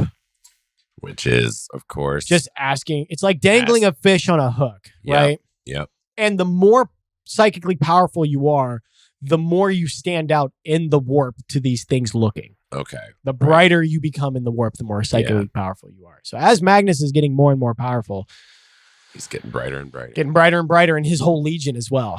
Oh, yep. So we know some of the arguments that were presented on that time. We know that Leman Russ, Mortarion were ardently against Psykers. Uh-huh. We know that Vulcan was neutral. The Salamanders were neutral. The Blood Angels, the Thousand Sons, and I think the Emperor's children all said yes. They wanted Psykers. Okay. They were pro-Psyker. Right. And I don't know. I know Horus was there, but I don't know where he fell on the argument. But anyway, what it led to is the Emperor outlawing Psykers, just flat out. Okay. No Psykers for Space Marines, period. At all. At all. Well, And but that's I was going to say, yeah. that's basically like cutting off the balls of the Thousand Sons. Right. Like, what are they supposed to do now? That was their thing. Yep. Like, why couldn't they just have that and nobody else? I guess. I don't know. I guess it depends. Well, But they did who am it. I to They did it. question the Emperor? Fair point. But So, they actually tried to listen, to their credit. really? They did. Oh, wow. They were like, okay, no. You said no. We won't then. Yep. Wow. And basically everything was going by, except for Magnus was still using his powers. Oh. Magnus's greatest sin is arrogance. Okay. Magnus, and I fully sympathize with this. Magnus always thought that he knew better. Oh, okay. And not in the bend that he thought he was smarter than the Emperor, but he always felt that the Emperor probably was underestimating what he could handle. Oh, okay. And so Gotcha. he's like, yeah, Dad, you're worrying, but there's nothing out there that I can't deal with. Right. Of course, the Emperor is not being like, listen, son, let me tell you about Let me tell you about Zeech. Yeah. Yeah. So he continues to kind of delve into things. When he discovers that Horus is about to fall to chaos, and he actually projects himself to Horus to try to like talk him out of this. It's like, you don't want to do this. You don't know what you're talking about. Like, I don't know what's going on, but I know more than you, which he did. Right. Like, to be fair, Magnus's arrogance was totally earned. He was the second most knowledgeable Primarch next to the Emperor himself. Okay. So like when he's saying, I know this and you don't, he's probably correct. Right. Yeah. Horus does not listen. And so Magnus goes to warn the Emperor psychically, like astral project his ass to Terra and be like, Dad, this is happening. Yeah. And when he does this, he accidentally shatters all of the psychic wards on a project that the Emperor has been working on, which allows the warp to split open inside the palace on Terra and for demons to not leak out because the Emperor shut that shit down real fast. But now he has to spend his entire time dealing with this. No. Yep. And it ruins the project, which was supposed to be, without getting too far into it, it was supposed to be a better way for them, a safer way for them to navigate the warp. Okay. Right. Yeah. Shorthanded. Yeah. Very shorthanded. Again, when we do the Horus Heresy, we'll get into all that. But basically, it was a better way for them to navigate the warp. No. So when that happened, the Emperor lost his shit. And he's like, I told him no psychic powers. And not only did I say that, but holy fuck, what did you just do? And not only that, on top of it, but he did get the message that Magnus sent about Horus betraying him. But the Emperor thought that Magnus was the traitor. What? Because of the destruction of the seals and the And so he dispatches Leman Russ, the Space Wolves. And he's like, go get Magnus and bring him back to me for judgment. Yeah. The Space Wolves are on their way when Horus contacts Leman Russ and says, hey, Dad couldn't reach you because you're in warp space, but he's actually changed that from a capture to a kill. You are to wipe out the Thousand Sons in Magnus. Leman, with no reason to doubt the War Master, and that's the job of the Space Wolves. That is what they do. Yeah. They launch the full force of the Volca Fenrica onto the home planet of the Thousand Sons in Prospero. Oh, man. And without diving, that's what leads Magnus to joining Chaos. Yep. I figured. He's like, I can't believe that my dad would send the wolves and all these people to decimate us. Like, I would have come willingly. And in fact, at the beginning of the fight, Magnus is so taken aback that he goes, well, if that's what Dad wants to happen, then we wipe out. And he just sits there. And eventually but the Thousand Sons are like, we're not going down without a fight. We're fighting with or without you. And through him, he's like, I can't just stand here and watch my sons get butchered. So he eventually joins the fight. This poor guy. Then becomes a traitor. Jeez. He was literally trying to warn. He was just like, something bad's going down. Yep. Oh, man. But it was his arrogance that constantly, he always thought that he'll do it and it'll be fine. Yeah. But I sympathize. Right. Like, honestly, if he might have known why, because I take it he didn't know what was going on. Nobody did. So that's kind of the big bugaboo is that everybody has about this is why the hell didn't the Emperor say something? Like, communication would have fixed a lot of this stuff. It would have. Man. But the thing is being corrupted by chaos is as simple as knowing about it. Right. Just knowing that chaos exists can lead to possession. It's one of those cracks you were talking about where it can start leaking in. So it's a catch-22. Yep. Or it can literally be a catapult. Right. Like, and just smash it down. Yep. You can have somebody who's a psyker and they might not know about chaos. And the minute they find out about it, like, have you ever, like, pink elephant? Have you ever had somebody pink elephant you? Where it's like, pink elephant. So it's like, try not to have a mental image of a pink elephant when somebody says the word pink elephant. And now I am thinking of an elephant that is pink. If you get a psyker and you say, by the way, there's these things out there. Don't think about them. Don't think about it. That could lead to an instant possession. And possession doesn't quite work the same in Warhammer as it does in other things. It can happen in a few ways. You can either become an embodiment of the demon, which is the more traditional possession. Okay. You can take on physical attributes of that section of the warp. So each realm of the warp, which is each Chaos Lord, has a specific look. Nurgle is green and pestilence. Slanesh is purple and leather and Hellraiser style stuff. So on and so forth. So you can take on specific aspects from that realm while Okay. keeping a lot of what you are. Okay. But another thing happens is you can literally become a portal for the warp where demons just start literally coming out of you. Oh my God. Oh my God. So you can literally just become a portal for the warp. And demons just crawl out of you all the time. Just start cramming out of you Jesus. like clown car. Oh man, that sounds horrifying. So Of course. letting people know about warp Could very easily kick that off. One man. rogue psyker knowing about the warp can literally condemn an entire planet. Jeez, I guess who am I to doubt the Emperor? You know. Well, it's just it's balance. Like That's a tough it's a fucking lot call. of what there's weighing in every decision when it Yeah. comes to this kind of shit. So basically, Magnus should have been like, "Well, the Emperor knows better than I do. Of course, that's the problem. Like, I may know better than if he could have at least gotten to a point where he was like, if I at least I know better than the other Primarchs, but I know I don't know better than the Emperor. He might have been okay. Like, still arrogant, but better than what I don't think so. You don't think so? No, because the thing that condemned him is not a thing that I think he did wrong. Oh, because he was trying to help. Well, so Oh. even if he had the mindset of don't use your powers, don't do this, don't do that, the sheer shock of finding Horus going traitor. That would have been pretty alarming. Yeah.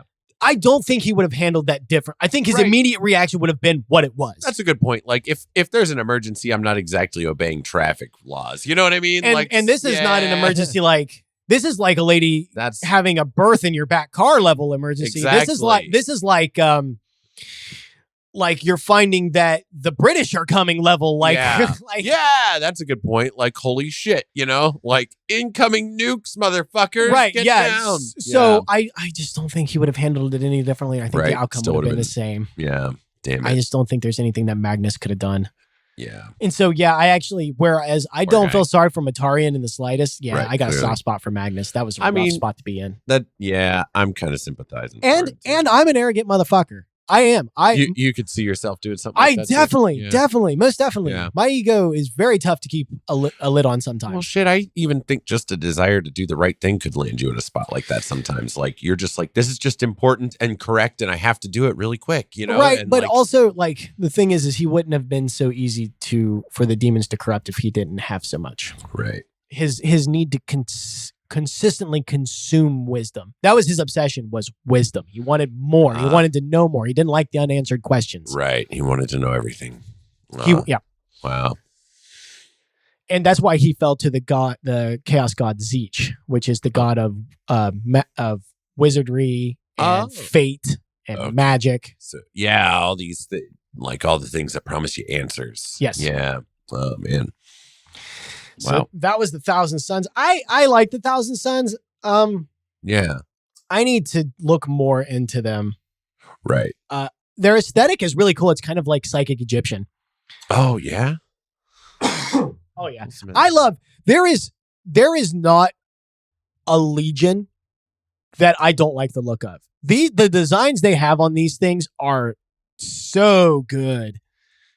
They're so distinct. I love faction-based storytelling because it gives everybody somebody to root for. Yeah. Or somebody to identify There's with. varying characteristics that people can attach to, but it's like you can it's probably why like sports teams are so like, you know, I like this team. I'm you sure know, it and is. yeah. But the aesthetic on the Thousand Sons is pretty cool. That It's is very pretty Egyptian, like try to find a librarian. They're librarians. Librarians, by the way, are their psychic is the name for a psychic space marine. They're called librarians. So after that, we will go to the see like there.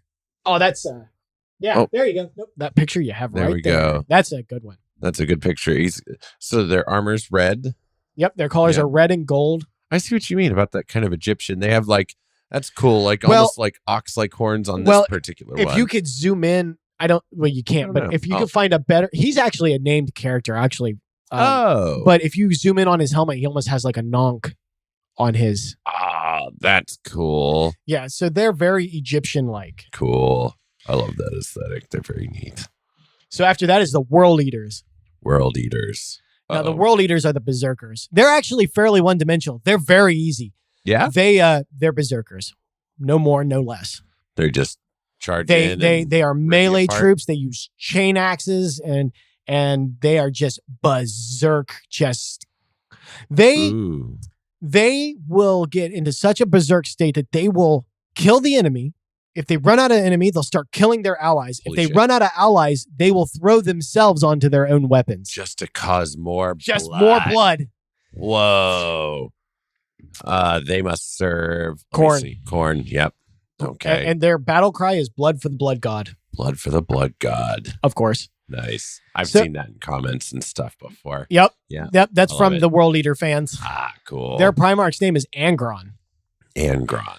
So a fun fact about Angron, his power was to empathetically heal.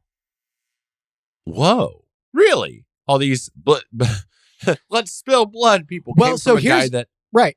Huh. Well, so we have no idea what his original purpose was.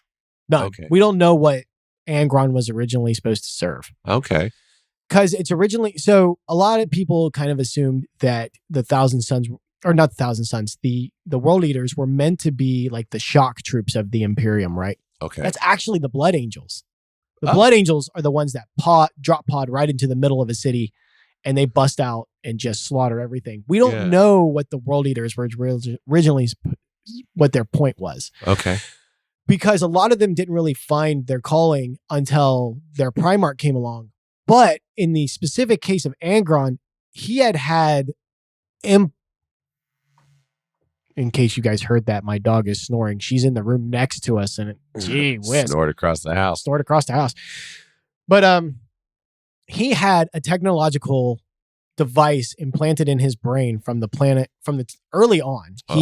From the planet he crashed on. That was called the Butcher's Nails. And what that did is it stimulates pain in the brain and stimulates the anger portion of the brain. And what it does is the only time you don't feel like a headache, basically, it inflicts mental pain. The only time you don't feel it is when you're angry.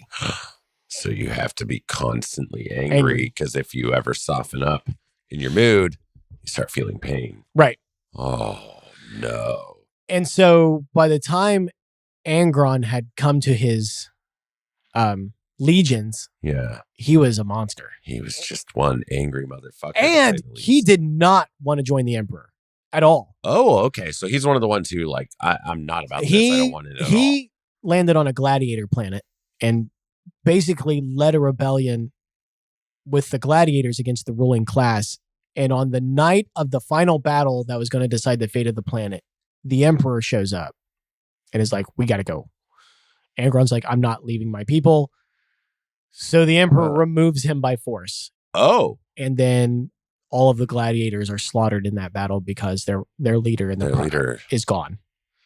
Oh my gosh. And so Angron falls into this despair, and it's literally the Emperor sends in a representative of his legion to meet Angron, to meet their new Primarch, and he just slaughters him. Oh, wow. He's like, I don't want any part of this. Yeah. And it's not until a space marine by the name of Karn shows up and goes in there, and Angron just starts beating the fuck out of him, and he's like, you guys are nothing, I don't care, like, you are not the warriors that I had. My warriors would have done this and that, and they've done this and that. And Karn, while getting the shit beat out of him, is basically like, fuck you. My name is Karn. I am this rank. I have fought on this battle. I have slayed this many people. I have part of this campaign. The whole time Angron's just beating the shit out of him, Karn's just laying out all his accolades. He's like, you have no idea what I've done. Wow. And it actually works. Holy shit. The balls. Yeah. That's I actually really like, so I'm not big into the World Eaters. They're fine. Yeah. They're one dimensional. They can't, they're all obsessed with blood, but Karn is cool. Yeah. Karn is, and he's kind of, there are characters that kind of become almost Primarch-like. They take on such, and in the way the other legions, the rest of the legion looks at them. Gotcha. They've earned enough reputation and accolade that, like, they're almost Primarch level, and Karn is one of these. Yeah. He's called Karn the Betrayer. Because, but traitor and all. Yeah. But so he manages to talk Angron into taking the World Eaters, and fuck, Angron makes all of them take the Butcher's Nails. Really? Yeah. And plants it in. Every single. Hey Dan, what's up? How we doing, sir? Still haven't fixed my car problems yet. Well, Doesn't God. seem to be the battery. It might be the solenoid. So Oh no. yeah, it's the car stranded out on Bridge Street, which is the busy part of town. Oh yeah. Oh God. Even every small town has that area where like it's busy. That's ours. Yep. Well, pop on your headphones and This is. Let's talk. Yeah, let's talk about some World Eaters. Yep. We're on. Yeah. Nice, frustrated, angry mood. So It's perfect. You're in just the right mood then. To get back on track. Yeah, you were talking about. So Karn shows up and he takes the opportunity to put the Butcher's Nails in every single one of his Legionnaires. Yeah. And like the other Primarchs do voice concern about this. They're like, what? They're like, Dad, This is Dad, bad. what? No. And doesn't- the Emperor's like, you all have absolute say over your own legions. It goes for all of you. It's across the board. Oh wow. Like this is Angron's decision. So he literally allows them to get these like torture brain devices in their fucking heads. And so over time, this does exactly what you think. And they Yeah. end up going berserk and they turn traitor just out of sheer. I mean, yeah, this is a pretty clear-cut path to becoming a traitor legion, I think. Yeah. Yeah, you're And what's funny is Angron becomes a demon prince, just like most of the other traitors, but he had no interest in serving any chaos god whatsoever. okay. So He got so angry during the battles and he was just raging that Erebus, remember that name I remember that motherfucker. from the word bearers, Yep. the from this way a serpent doth slither. Yes. Erebus actually does a ritual that turns Angron into a demon prince, whether he wants it or not. Oh no shit. And it actually leads to like a 3-way battle because the World Eaters and the Word Bearers are fighting the Ultramarines. okay. But then when the World Eaters realize what Erebus and the Word Bearers are trying to do, they divide forces and are fighting the Word Bearers, trying to stop Erebus from turning Angron into a demon prince. Holy shit. Warhammer. I don't know what to say to that. That's nuts. And they fail. And he's now a demon prince. And so he is now a demon prince. And I feel like the World Eaters have a decent amount of loyalists who go running around and like didn't want any part of it. Who am I thinking of? So it's not the world. So I literally found one loyalist world leader, just one. And he actually becomes a member of the Grey Knights. The Orphans of War? That's what I'm No, thinking of. well, so, okay. So there are the Orphans of War, which are like this faction of Space Marines during the Horus Heresy that didn't have a home. Uh-huh. Like if your Legion went traitor or if they were wiped out. They lost their daddies, so they were. Oh, Yeah, so- no. So there, yeah, I imagine there are probably some world eaters in there. I don't know who they are, but I'm almost certain there probably is. But there's one that I did find, and he ends up he was snatched up by Nathaniel Garrow, and from Death Guard. yeah, and he was taken to Malcador to become a Grey Knight. So there were loyalists, there were Space Marines from every legion except the Word Bearers Zealots. that stayed loyal regardless. Yeah. And a lot of them, we don't know what happened to them. Some people speculate they all became Grey Knights. Other people think that they were very quietly ushered into other legions. Oh, okay. Okay. Better than I thought it was going to be. You thought another Thunder War scenario? Yeah. Well, that's the third option. We just simply don't know.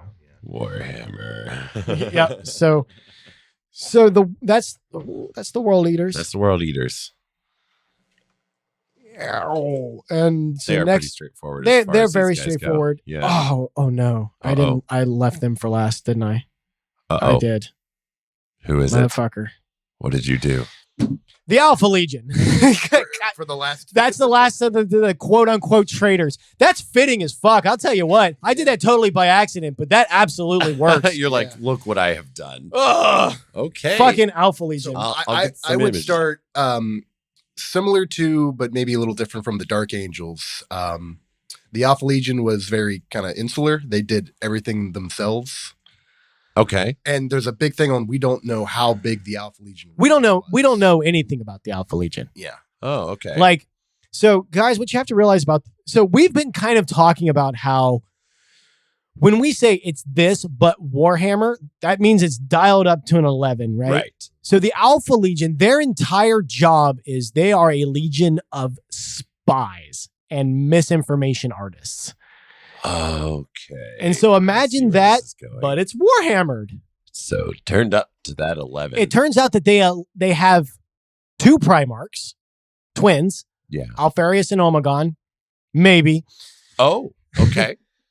They went traitor, maybe, for some reason, For some reason, maybe. possibly. They might actually be loyalists who are on the inside, maybe. Oh my During the gosh. Great Crusade, their whole thing was like putting in like spies for subterfuge and like wrecking a planet from the inside out before they take it over. Maybe. Spy maybe. networks on spy networks. And Oh, they had a big thing where they wouldn't really like show who's in charge. They would randomly have people be like, "I'm Alfarius." So the thing is oh. their Primarch was actually the shortest of the Primarchs, and he was short enough to pass for a tall Space Marine. He could blend in with the Space Marines. Yes. No kidding. So they would they would just be like, which one of you's in charge? And they'd be like, I am. They'd be like, who are you? I'm Alfarius. Are you? Maybe. I am Spartacus. I am Spartacus. That's probably where they got. That's yes. cool. So the I love it. They're so sneaky. So the question is now, are they really? Yeah. Are they really traitors? Maybe. Or are they fight? Yeah. That's so cool. The Alpha Legion make my brain hurt. So are there different schools? I imagine that the Oh my fans God, have yeah. different schools of Yes. thought on this. Yeah, there is. Yeah. Which you kind of went into yeah, a little bit there. Most of the ones I've seen, I'll tell you what, to kind of step out for a second, Games Workshop, whenever they decide to do a storyline with the Alpha Legion, which at this point, I don't know that I would do just because whichever way you lean. You're going to piss somebody off? It seems to me as a person who's not been in this a long time, the vast majority of Alpha Legion fans believe that the Alpha Legion are loyalists playing the long game. Ah, okay. If that turns out not to be the case, people are going to be pissed. And it'll be their Alpha Legion people that are pissed. It'll be the Alpha Legion people who are pissed. Oh, boy. Now, that might not be the majority. That just Right. seems to be the majority that I've seen. That's what you've been able to see so far with the... yeah. And that's fair. Because I'll bet you there's some people that are like, yeah, no, they're traitors and we like them and they're espionage and infiltration. Yeah. Oh my God, I'm sure there is. There most definitely is. We know, so there are very few confirmed facts. A confirmed fact is that Alfarius is dead. Okay. He was killed by Rogel Dorn. Okay. So he's able to, Now, that is verified. Got it. Omegon, or no, Omegon. That's all. Omegon may be dead. We don't know. Oh. He maybe perished in a fight with Reboot Gilliman. Or it could have been a legionnaire. Well, yeah. Well, so I think it was Rabute Gilliman is who he was fighting. But when he killed him, Rabute's like, I would have expected a Primarch to put up more fight than that. Oh. And then that's Oh, cool. it. Ah, That's man. like the only line. So, okay. Huh. So he might still be out there, and most people believe that he still is. It could be like, well, that just reminds me of like the Trojan But War. Dan, you know an interesting theory that I heard? No. Their Hydra symbol, that is the symbol of the Alpha Legion, is a 3-headed Hydra. Oh, you cut off the head and another one grows back. Yeah, but 3 heads. There might Or be a more. third. Could there be a third? Oh. Yep. Whoa. Okay. Interesting. So These guys are. So yeah, I want These to give guys are cool. like a little example of like Alpha Legion. Sure. fuckery. Go for it. It's the Beaky armor. The Corvic. So they were developing new armor for the armies kind of during the Horus Heresy. They're trying to rush the stuff out. And they were developing a special armor for the Raven Guard. And okay. Players, I think fans would know. You see different helmets on Space Marines. You mean like, why are they wearing this giant beak? It looks like a giant duck bill on their face. Okay. And it looks. Some people think it looks silly. Some people think it's very iconic. But this was the new armor being developed for the Raven Guard, and the Alpha Legion snuck in and stole all that stuff. Oh, no kidding. Yeah. Oh, that's cool. They took their design. Let me see if I can find that. What would I type in the? Just type in like Warhammer beak. Or a beaky boy. You're probably gonna get more memes than. Oh, gotcha. But that might give us the image at least. Beaky boy. Go up a little bit. I think you passed that on the left, far left. It says Corvus Armor. Any of those would work. Go down. Up right here. Okay. Yeah. It's kind of hard to see from the image, but yeah, the faceplate, instead of like a grill with holes, it looks like a bird's beak. It does. I kind of see that kind of. Yeah, you could go on for hours for the different versions of the armor. Oh yeah. For how little technological progress they're always trying to slap that they always make war. Yeah, but they like just straight up stole the design. I think they were able to produce it for themselves, but I think if they couldn't take it for themselves, they wanted to make sure no one else could have it. Right. Yeah. Maybe. It's possible. Well, yeah, it's fucking possible. I mean, that goddamn Alpha Legion, just about anything's possible. God. They really are just the worst. I really like the Alpha Legion, but damn. I like to compare them to the Dark Angels. I guess it's the 1st and the 20th Legion kind of thing. Yeah. Okay. Because the Dark Angels like their secrets and their mystery, but it's all for their kind of cult. Yeah, it's for their own purposes. While Alpha Legion's trying to sow this chaos everywhere for everyone. Not even chaos. That's just subterfuge. Yeah. And so we don't believe they serve any one specific chaos. Oh, okay. But I don't think they're chaos undivided either. Right. If they're traitor for their own sake. So they don't really have much in the way of chaos, like abilities and stuff. So like that. there are specific like Alpha Legion units that have succumbed to specific gods, but it doesn't seem like the Alpha Legion as a whole has adopted serving chaos. And gotcha. Like the Nightlords, they're kind of just doing their own thing. Yeah. Right. They're independent. They're almost third party, but they side with traitors just because the traitors won't shoot at them and the Imperium will. Yeah. Huh. So that's the legions. That's our Traitor Legions. That's our Traitor Legions. And so the Horus Heresy kind of all leads to a final battle on Terra, which leaves Sanguinius dead, the Primarch of the Blood Angels. Yeah. It leaves the Horus dead. Yeah. And the Emperor alive, but very much close to death. Yeah. Like mortally wounded. Yeah. He's like missing an arm, an eye. He's had his flesh burned off. Oh, yeah. He's fucked up. Yes. Fucked up real bad. And so this leads to his internment onto the Golden Throne. He would have been fine. You could have just rubbed some dirt in it. He would have perpetuated. Listen, we don't know that he's a perpetual. And they are not about to risk that. You don't think so? Fuck no. God. You'll never get the Custodes to agree to pull the plug. There's a Mechanicum IT guy. He's like, no, we just unplug it and plug it back in. Yeah. Yeah. Turn him off. Oh my God. Fine. You would have a better chance of moving a planet than you would to get those Custodes to agree to that. They would never. Yeah. They're just like, nope. So we're done with the Horus Heresy, which is...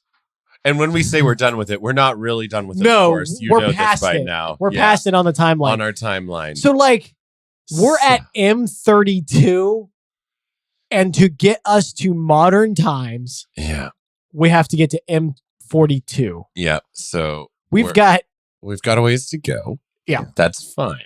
It is fine. It's absolutely fine. But the point is, this is just one faction of like a 6-faction story. Right. That's how big this shit is. Yeah. And again, I think we said this hours and hours ago now. Like, this is to kind of give you the scope of what we're looking at. Yeah. This is a story that's best explained to a new person from the point of view of the humans. Right. Because it only gets stranger from there. Right. So let's set the scene on that. Yes. We've established a lot of it. The heresy's over. Chapters are established. Yeah. So what are chapters? Yeah. So chapters. So right about before the new thing that we're going to get into, kind of the Primarchs start disappearing one by one for various reasons. There's a few left. Rabute Gilliman, the hypocrite, the Papa Smurf. He designs the Codex Astartes, which is like a way to run your army, because the Ultramarines are tismy that way. Gotcha. They have to have everything nice and structured and ordered. Thus and so. It's all theoreticals Theoreticals and practicals. and practicals. Yeah. Theoreticals are the what ifs, and practicals are putting it into practice. Mm-hmm. God, that's they're just how they They are, are huh? just so. And it's really focused on regimenting the Space Marines mentality, their whole life, their whole day. So they're just not gonna go chaos. Like 18 hours of wow. practice followed by 4 hours of drills follows. And the biggest thing that comes out of it is that they split from the design of a legion. They go from legions to chapters. Okay, gotcha. And a legion is 1,000, or is it 10,000? Legion's like 10. I think it's 10,000. Okay. So they went from 10,000 down to, that's what it was. It went from 10,000 down to, I believe, 1,000. Oh, wow. Because Okay. I believe much smaller number. I believe a Right. chapter is 1,000. And Okay. there were a lot of people who did not like the idea. No. And there were a few of them that actually managed to weasel their way out of it. Well, here's a big one: was Dorn. He was against it. He succumbed eventually, and he broke his chapters up, or his legion up into chapters. But it almost led to another war. No kidding. And in fact, it was so bad that Dorn actually allowed his own men to get massacred down to chapter level. Wow. He knew that the Imperial Fists would never volunteer to be split up into chapters. Oh. And so he led them into what he knew was a trap by the Iron Warriors. the Iron Cage. The Iron Cage. And he went in with them. He's like, if I die, I die. I have to do this to ensure their survivals, but I really don't care if I live to see this go through or not. No kidding. And they all died down. The Imperial Fists were slaughtered down to the level of chapter. Wow. So that they didn't have to make the decision. Dorn does survive. Wow. Yep. To die or kind of die later.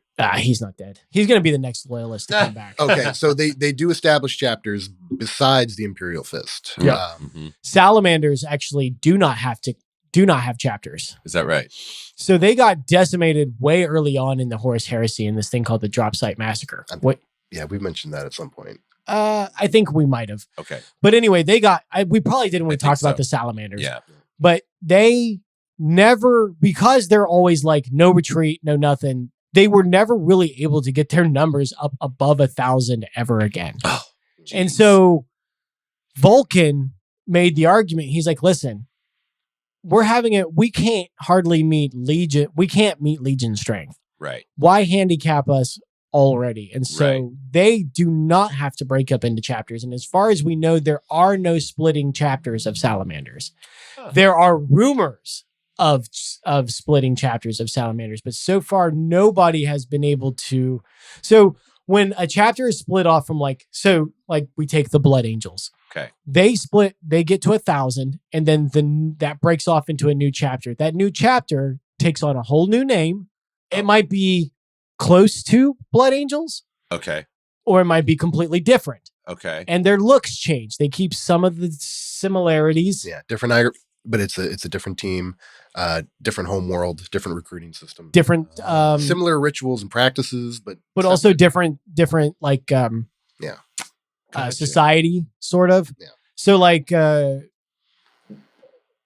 the Blood Angels, they have one that's called the Flesh Terrors. That's a chapter of the Blood Angels. And the Flesh Terrors are a little bit more aggressive. It's a successor chapter. Yeah. It's its own independent thing. Separate from them. So it sounds like they change enough of the culture of the group Well, to it allows create- it allows players to make their own chapter. Outside of the lore, that's what it's Okay. designed for. Gotcha. That But- makes sense. Okay, yeah. it's making more sense to me now. Right. So, okay. But inside the lore, Yeah. it's because It's They- because now we have to keep people from getting It's too so no one powerful. can wield as much power as the War Master. Right. right, if Okay. theoretically only a chapter will fall versus a legion. Okay. But that chapter also creates other chapters. Gotcha. If they gather enough material. If they gather They enough, have to be sanctioned by a committee. But yes. Gotcha. So But it can it's exponential. Gotcha. Wow. Okay. I don't think I was quite aware of. but so are the threats of the Imperium. I mean, Jesus, especially once the Nids start showing up. Well, let's. You're skipping way too far ahead with the Xenos here. Let's get to the War of the Beast. That's fine. Fuck 'em. Yeah. Yes. No, so the War of the Beast starts with humanity kind of getting. They aren't as complacent in backwater as they will be in 42. Okay. They got some momentum going. Everyone's feeling good. There's peace and prosperity. They've managed to kind of recover from the Horus Heresy. They've been Yeah, taken so out. so right after the Horus Heresy, they launched this thing called the Great Scouring, which is where all of the loyalist chapters just went fucking ape shit and just whole hog cleansed the like to the warp. yeah, they Ah. they all the way to kicked the door. they sent the traitors just fucking running. Out with you then. Yes. Wow. And the only ones that didn't run, I think, were the Death Guard. They they were like, because the Death Guard, because of their endurance thing, now that they're with Nurgle, they're even tougher. Right. And they're like practically impossible to kill. So while everybody else was just like hauling ass out of there, the Death Guard were like slowly leaving, like, yeah, all right, we're leaving. Because they just like, we don't fucking care. You can't really do much to us. Wow. So they're like giving the finger as they're On their leaving. way out. But given the boot nevertheless. Yeah. So at the moment, the Imperium is only dealing with minor Xeno threats. Yep, very Okay. small amounts. Right. And so But that's what should have been their clue. yeah. Anytime orcs are quiet, that's a problem. And it actually wasn't quite orcs that started the whole problem. Really? They sent the Imperial Fist chapter to deal with the Chromes. They were like this insectoid race. Okay. They were on a Exodus fleet. They were running from something. And but their path was going right through the core worlds. They would have hit Terra eventually. Oh. And unfortunately for the Imperium is when it comes to Xenos, the majority of the Imperium don't believe that alien races have much sentience or intelligence. Gotcha. So none of them are looking at like this fleeing group of Xenos as what's chasing them. They're looking at them as like dumb animals moving across the fields, which is not the correct Gotcha. approach in this particular case. Oh, it's just a deer running away. It's Yeah. fine. Go ahead, But Dan. What's the deer running from? I'm just saying, and I believe it's the Chromes that actually deal the first blow. They hurt the Imperial Fist pretty bad Really? before the orcs even show up. No kidding. Okay. Because they're just like, get the fuck out of our way. No, it's a division of the Imperial Fists that get their butts kicked, and they call for more help. So the entire chapter shows up. Okay. Gotcha. And then they get pretty much wiped. They get wiped out to one man. By the orc threat when it shows up. Yeah. Oh, And so they run there thinking they're going to fight some bug boys. I shouldn't say that because that's something else, isn't it? That's the Tyranids. That's Yeah, the sorry. Nids. But they think they're going to Fight bugs. this. They're gonna fight this other race. And that was the first clue that they had, it wasn't an insect problem. It was a fungus problem. Yeah. And I mean, Christ, the level, the size of the The biggest. fucking war chasing them. Jesus. So did they Bigger than Olinar. Yeah. bigger than Olinar? Right. Like this, I was going to say this orc movement, it's a war. A war. Yeah. A Yeah. war is what they call. So basically, whenever orcs launch into a war, they call it a war. Spelled WAAAAARG, depending H. on who you ask. H. Sometimes there's no R. Yeah. Yeah. Oh, okay. It depends on. Interesting. It depends on. So, but Okay. It's I've heard the of that. difference between a war and a war is a society that sends an army. Yeah. A war is when the society is the army.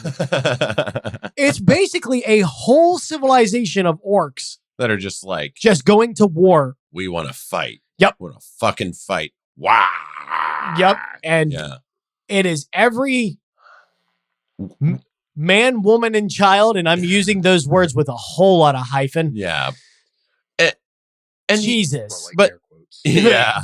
Big bouts of if in that. But the Imperium had run into these before. Sure. They knew they existed. We talked about that. And they're like, okay, this has happened. We can deal with this. Usually, but not in this case. This is like, what happened here was unprecedented from what I'm gathering. This is insane. Like, I'm reading, when I did my research, I read things like the Imperium was brought to the brink of extinction.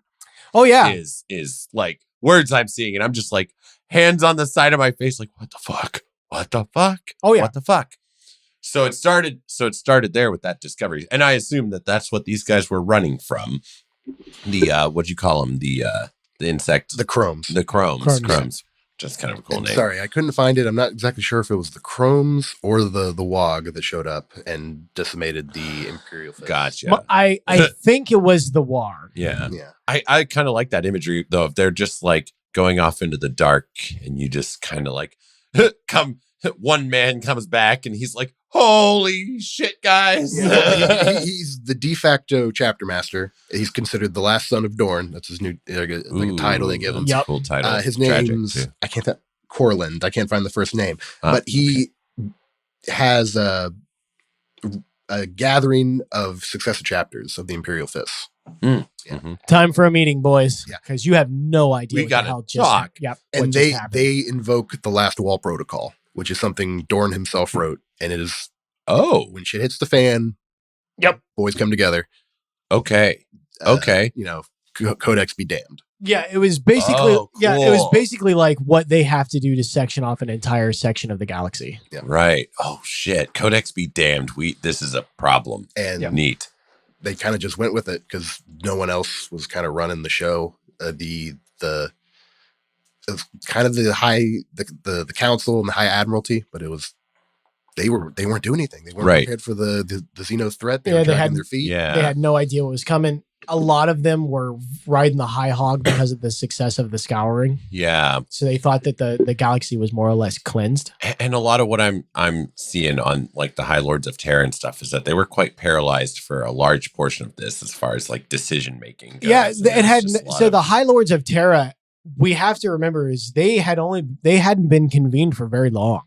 No, I think at this point we're only like 1,500 years away from the Horus Heresy. Which everybody's like, only 1,000. You're like, no, but that's not hardly any time. That's bare. That's that we're talking about. Yeah. Again, scope. This is a blink of the eye in the duration of the Imperium. Yeah, and if you can imagine, like, if you think about how much your country on the federal level has red tape and paperwork and the levels of stupidity where somebody has to ask somebody else before they can do the thing that they're supposed to do, so on and so forth. The Imperium has that.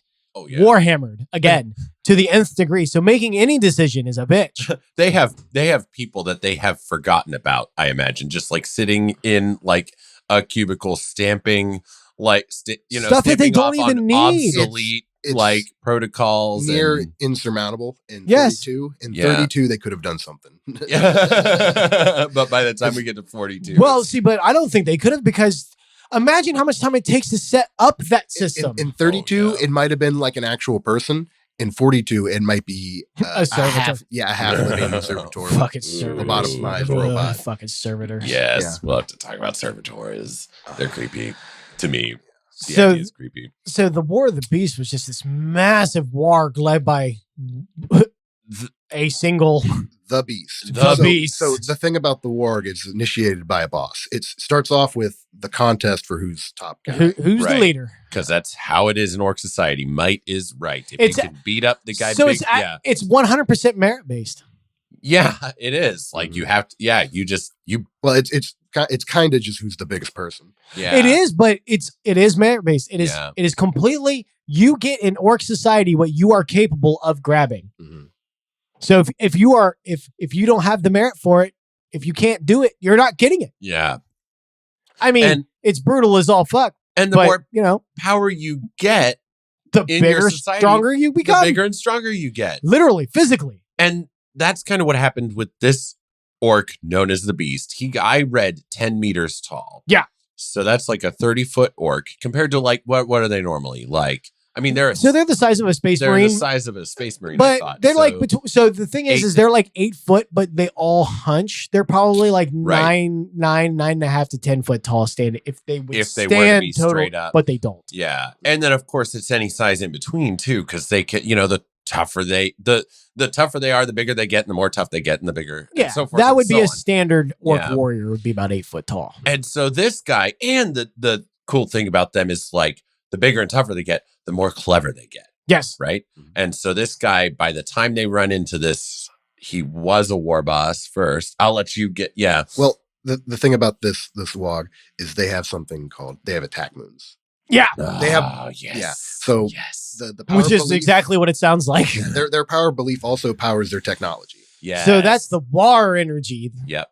Guys, I'm And you're it's going to not- have to watch our episode 0. Right. Because for we kind war of touch on energy that. a little bit. It's kind of like it's not chaos, though. It is That's not- the big distinction. It is not. It does not derive itself from the warp. But as somebody who's kind of more on the outside looking in, it's like it does a lot of the same sort of stuff as far as belief goes. Like you believe in it, it works, but very different. Don't take me on that. All Yeah. orcs have a like innate need to fight.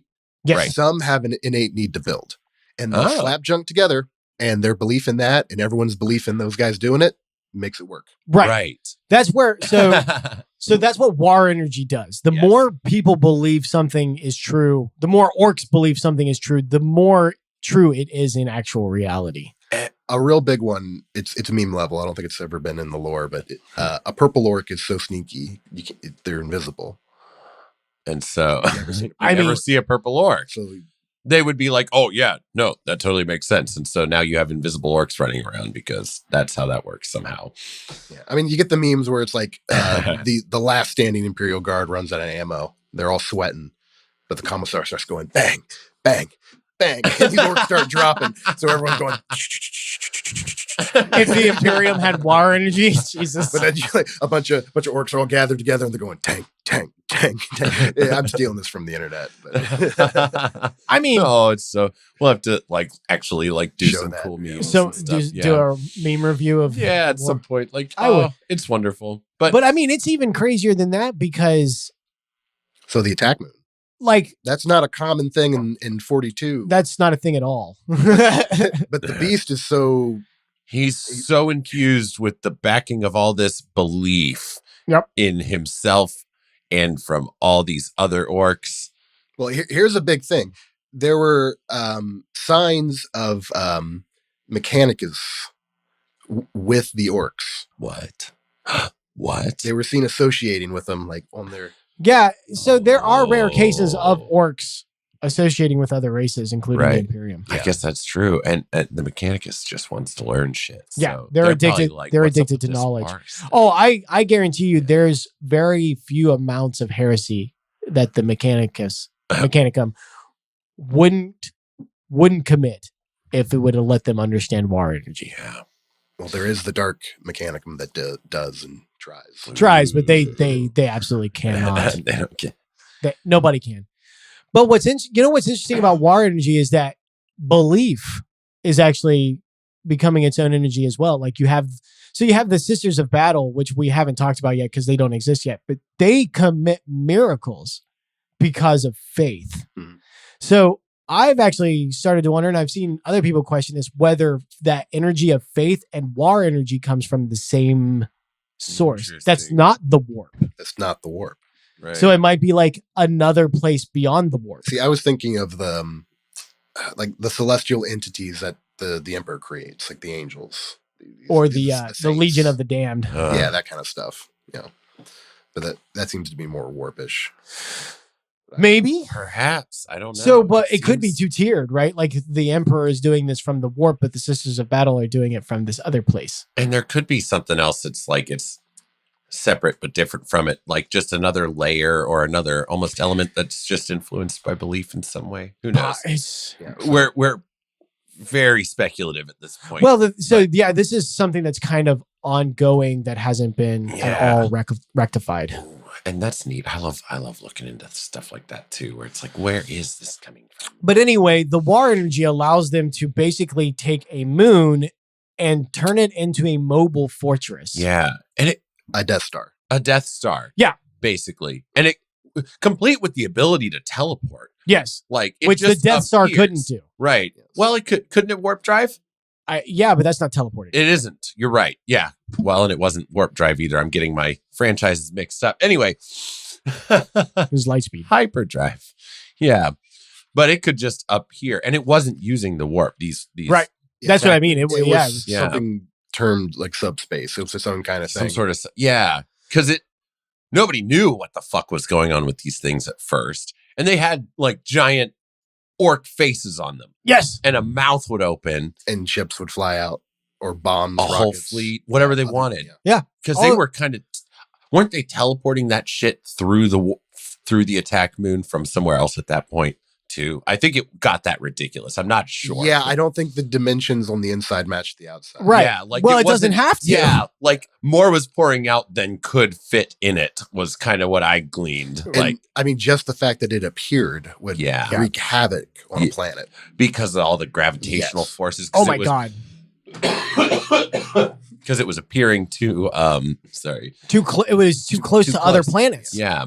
Yeah. And at some point, like this It could actually fuck up whole systems that way. just you're right. Yeah, I guess that would if a fucking moon, like I don't know how big these moons were, because moon is a pretty broad term as far as size goes. Like, Yeah. yeah. I But would I could see assume that that. it is the largest classification that you can have and still meet the term moon. Yeah. Because Like it's probably Pluto, I'll say that. Even though that's probably that's a planet. What's Pluto? Controversial. What's Pluto's moon? It's not. It's Chiron? not a planet. Pluto isn't moon. No, it's not classified as Pluto moon, but has a moon. Oh, it does have a moon. You're right. Yeah, sorry, I misheard you. Yeah. But I wonder if this fucker was like Pluto sized. That'd be crazy. But what blew my mind, because I'm like, holy shit, because it's just they're destroying system after system, right? They're just ripping their fucking way through the Imperium. And doesn't an attack moon just like appear right over Terra? Yes. Yep. It's the closest the orcs have ever come to. Like, holy fuck. Holy Terra itself now has They had orcs in orbit. I don't even think they had gotten to the Segmentum Solar, which is the system that Terra is in. I don't even think they got to that before, let alone in orbit of Terra Right. itself. Like, people could look up and see it. Yep. Like, rioting and stuff like that. People went nuts on Terra. And yeah. Yeah. And that actually has a much larger implication later on. No kidding. Yeah. Ooh, That cool. feeds into something later. Nice. Just Ooh, I the love fact that the orcs did that and what it does to the population. it. Oh, yeah. Because, like, that sense of security that they must have, because they are just, Absolutely like, shattered. yeah. Because you're going from, like, oh, yeah, there's vague threats out there, but there's a whole lot of galaxy between me and the front And- lines, you know? They were able to clear that distance while also tying everything else down. Like, Right. Everything. Oh, everybody. that's right. Because they're still at war throughout the entire like galaxy, Yeah. basically. All the chapters are fighting on their home turf. Yeah. The Blood Angels are able to destroy their attack moon. They get, Really? They get one that shows up on ball, and they're able to take theirs down. Well, that's because Okay. the Blood Angels are fucking badass. How did they, We do we know how they took that down? I actually At don't. great cost. I'm not sure. Well, we were talking earlier so about Dan, like, like death. one of the things death is one of the victory. things you missed is I've kind of come to terms that one of the things about Warhammer, and it seems to be almost universal, is that victory means death. Yeah. In Warhammer. Like you don't get to survive and win. Yeah. You can one or the other. Once again, they've taken like you can't have your cake and eat it too. Turned up to an To an 11 Warhammer style. Yes. But what I love the fact that so my second favorite chapter, the Salamanders, the thing about them is they don't get a whole lot, unfortunately. I love them to death, and they seem to be a real fan favorite, but they don't get a lot to do in story. But in Right. the War of the Beasts, they do. Oh, God, yeah? God love them. Oh, cool. I hadn't really gotten into that in what I looked into. It takes a while, but Yeah. but once the fight finally turns to the orcs, they finally get stuff. Oh, and that's cool because they're very like stand your ground. Yeah, And they're hold actually the specialists line. against orcs. Oh man, how did they feel about like Terra getting like infiltrated so deeply Well, this? I'm sure they didn't care for yeah. it very much. They're not, but they aren't. So the thing is of course they hold Terra different, but for Salamanders, it's not like they're not the religious kind of zealots that the others are. They fight for humanity. Evil. So to them, it is an insult, but no more an insult than it would be for what the orcs were doing in its entirety. Right. Yeah, they're just as upset any planet. Yeah, you're killing people anywhere, and we're not happy about that. Yeah, so God love them. Yeah. What blows my mind about this whole thing is, and I keep checking and rechecking this, it lasted 2 years, 544 to 546 M32. Yeah. That blows my mind that in a 2-year span, this galaxy spanning conglomerate of people is the Imperium. Yes. I was going to say, using that term pretty liberally. Right. Jesus. They just kind of accidental themselves. They're like, what are those guys running from? Oh, fuck. Oh my God, it's at the Capitol. Like, that's 2 years is nothing at all in this span, Well, the thing is timeline. It's really hard for us to comprehend the numbers we're talking about. Right. Like after a while, it just doesn't. Right. It doesn't absorb. Reading about this stuff and the amount of devastation and stuff, my mind just goes blank past a certain point of it's just on that scale of past the level of human comprehension. It is like you're talking trillions of orcs. Oh man, see, you throw down a number like that, and it's still not even really touching it. It doesn't, because like the Imperium is trillions of people. Yeah, and their army is right, and these orcs were flooding them. Yeah, like this war energy, just like. Because orcs are like a fungus. They're going to spread anyway, right? They are literally a fungus. Yeah, they are literally a fungus. And this is overtaking the whole goddamn house. It's not like... Here's how crazy this WOG is. Ooh, yes. Let's hear it. These 3 orcs show up speaking High Gothic. Oh. Yep. So, perfectly. So for people that don't understand, this would be like... Yeah, I'm fine with it. This would be like watching Forrest Gump do like advanced calculus. You're like, wait, what? Yeah. Well, not only is it like trying to sue for peace, like as an ambassador, it's an orc suing for peace. Yeah. Not only is it speaking like perfect English, it's asking for the total surrender of mankind, or their annihilation. Wow. It's like, we beat you too bad. We're done with the fight. Give up. Wow. So they're thinking beyond just a fight, because that's not orcish. But no. it makes sense. Although when they've like achieved this level of WOG intelligence, and So while this meeting, I don't think it happens exactly at the same time. This is so different and weird. The Eldar attack. Well, so the Eldar have memory of the Kronk, which is what the orcs used to be. The Kork. Okay. And so the Eldar were like, oh, hell no. Like, we're not having this happen again. Like, you do not want super intelligent orcs running this fucking show. So yeah, they're like, we're going to help the Imperium.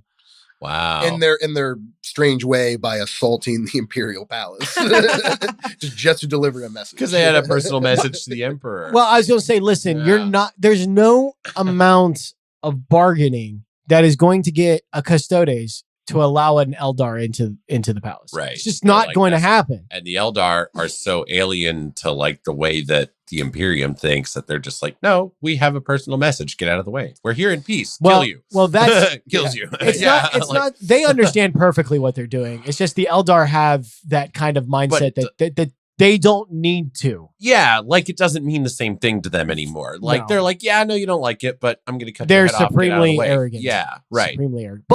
But they're supremely everything. They feel emotion 10 times more than we do. So it's like they're arrogant. Is like, well, yeah, they're also sad. They're also happy. They're also They're teenagers. They're consistently teenagers. I should mention what this is. Before those ambassadors came out, the High Lords of Terra and everyone on the planet tried to mount a defense. It was called the Proletarian Crusade. The Proletarian Crusade. And they just sucked. It was bad. They got slapped down. That's when the ambassadors came. It's like, okay, this is your home world, and this is what you're going to give us. But then the last wall shows up. Yeah, I was going to say, but the thing is they caught them with their pants down. Yeah, it shows the upper limits of the thinking of an orc. Right. They hit the war moon. Yeah. Yep. So this is the exact same. You know how like sometimes you just can't, like the saying is never fight Russia in the winter, right? Right. There are certain things that if you're assaulting certain places that you just have to be aware of. And one of the things about Terra is if you assault it, you have to do it with a quickness because the way the entire Imperium is set up, everything is focused with Terra as a center point. Right. So reinforcements can appear quickly and in from every fucking direction. Right. Yeah. So Horus had the same problem. He got to Terra and he's like, I either have to do this now or the reinforcements are just going to make this impossible. Mm-hmm. And the orcs are finding out the same fucking thing. Yep. So humanity comes pouring in to save Terra. Yep. And don't they send up a bunch of citizens and stuff from Terra? Well, of course. Yeah. Just like all hands on deck sort of thing, too. Mm-hmm. The people who aren't rioting. In defense of the Emperor. Yeah. And this also, the fact that they did that also has some bad implications later. Oh, dear. Oh, man. These teasers, I swear to God. And this is also where Mars finally decides to put their hat in. Is that right? Yeah. Mars finally decides to wake the fuck up. They weren't really... Well, you have to understand, you have to remember what happened to They're Mars. sitting there watching that battle moon show up on... They're like, interesting. Oh, look at that. Well, you have to... Mars got uppercase fucked during the Horus Heresy. Horus took Mars. Oh, shit. And the loyal people that were on Mars fled to another planet called Risa. Okay. And that became kind of the Imperium's Mars during the Horus Heresy. Wow. Gotcha. So Horus took Mars. Wow. So it had seen quite a lot of shit went down for Mars during the Horus Heresy. Yeah, Jeez. their fabricator general went chaos. Which is their president. Yeah. Oh, man. Their leader went chaos. Yes. Basically. And then it just erupted into civil war. Yeah, because he was the one who allied with the Emperor. He convinced all of his guys to go along with and then he jumped over to Horus. Basically, well, he didn't get any recognition from his position. Okay, gotcha. Yeah, I know. What is his name? His name was like something Hall. Kaldor Hall or something like that.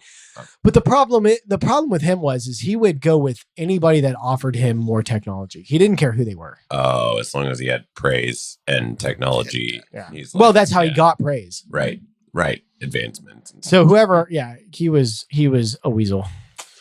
Gotcha. So Mars was not looking to get into a new conflict anytime soon. Fair enough. But eventually they did get drawn in, right? Well, I mean, listen, there's no such thing. There are two factions where there are no such thing as sitting on the sidelines. It just doesn't happen. You just can't. That is the orcs and the Tyranids. Yes. If they're going to fight, you can't sit on the sidelines. It's not a thing. Right. Because they don't care. Yeah, they're going to come along and rip you apart. Yes. Yeah. So Mars eventually decides to. Yeah, they're like, well, shit. Yep. We have to. They're like, ooh, they're fighting Terra now. Yeah. I'm just flipping through the battle ahead. Go for it. I saw something called a Gravatic Whip. Apparently it's a weapon the Battle Moon had. Oh, shit. Yeah, let me look that up. I saw something about that too. It's just another case of... I think it's just like smacking a planet with the force of gravity, whipping things around. Okay, it just brings up a tech moon, so let's get into that. So one of the things you have to realize is that a lot of this was stuff that the Imperium had never seen before and hasn't seen since. Right. Yeah, this seems a little unprecedented. Nothing like this is going on in 42, right? No, it isn't. Thank Christ. They wouldn't be able to deal with it. It just wouldn't be a thing. I'd have to take a deeper dive to find. It looks like the gravity whip sort of stuff, but they're basically like you somehow slamming planets with a lash of gravity. Yeah. Jesus. See what I mean? Like I They know have about the coolest war. weapons. Yeah. I know about the War of the Beast, but that kind of stuff. Yeah. I mean, the weapons in this fucking universe just go nuts. Like, I can't. Like, I remember early on in the days talking about Warhammer, and you were telling me about like a fucking grenade that could wipe out a planet, and I'm like, what the fuck? Oh god, A Death's Head grenade from the Death Guard. That's Yeah, it just unleashes a plague that can just fuck a planet, and it's a handheld explosive device. It doesn't even explode. It pops. It pops. It just uncorks. That's all. God damn it. Yeah. I'm just trying to piece more of this together. Okay. In the storyline, because like there's a lot to this. It's like 12 books. They're able to disable the moon over Terra. Okay. But Mars doesn't want them to destroy it. Oh, they probably want to study and it. Not only that, the Fabricator General and I think the High Lords are trying to chastise the combined Dorn's kids. Right. So yeah, the Mechanicum had suffered quite a blow from the Horus Heresy, especially with, the upending of everything. So they had sat out this war. They were like, they're like, we're done fighting shit. Yeah. They're like, we really can't do this again. Yeah. And then essentially it took the destruction of the Battle Moon to kind of be like, okay, the wind is with us. We're going to kind of pony ourselves in. And help take care of this now, because we see where this is going. Oh, boy, there's a lot here. So, who's this Corland guy? The Lord Commander of the Imperium. Corland is the last Imperial Fist from the chapter before they all get wiped out. So that's who we were talking about earlier. Yeah. He is a Space Marine, and when they had this plan for the last wall protocol. We talked about this already. Right. Yeah.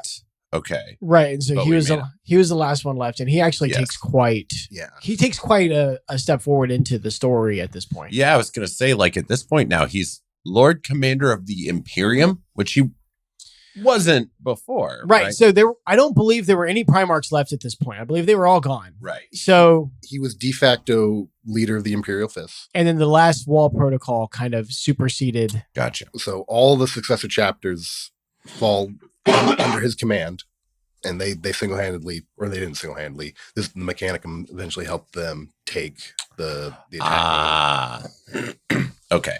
Yeah. And afterwards, when the High Lords of Terror were squabbling, trying to put blame on other people, take credit for things, they just had a coup. And he took over. And now he's effectively running the Imperium at this point. Right. Now. And so at this point, he starts pushing outward, right? Okay. So they're trying to regain ground, because the loss of that Battle Moon really kind of fucked things up for the Orcs. That was a pretty big blow.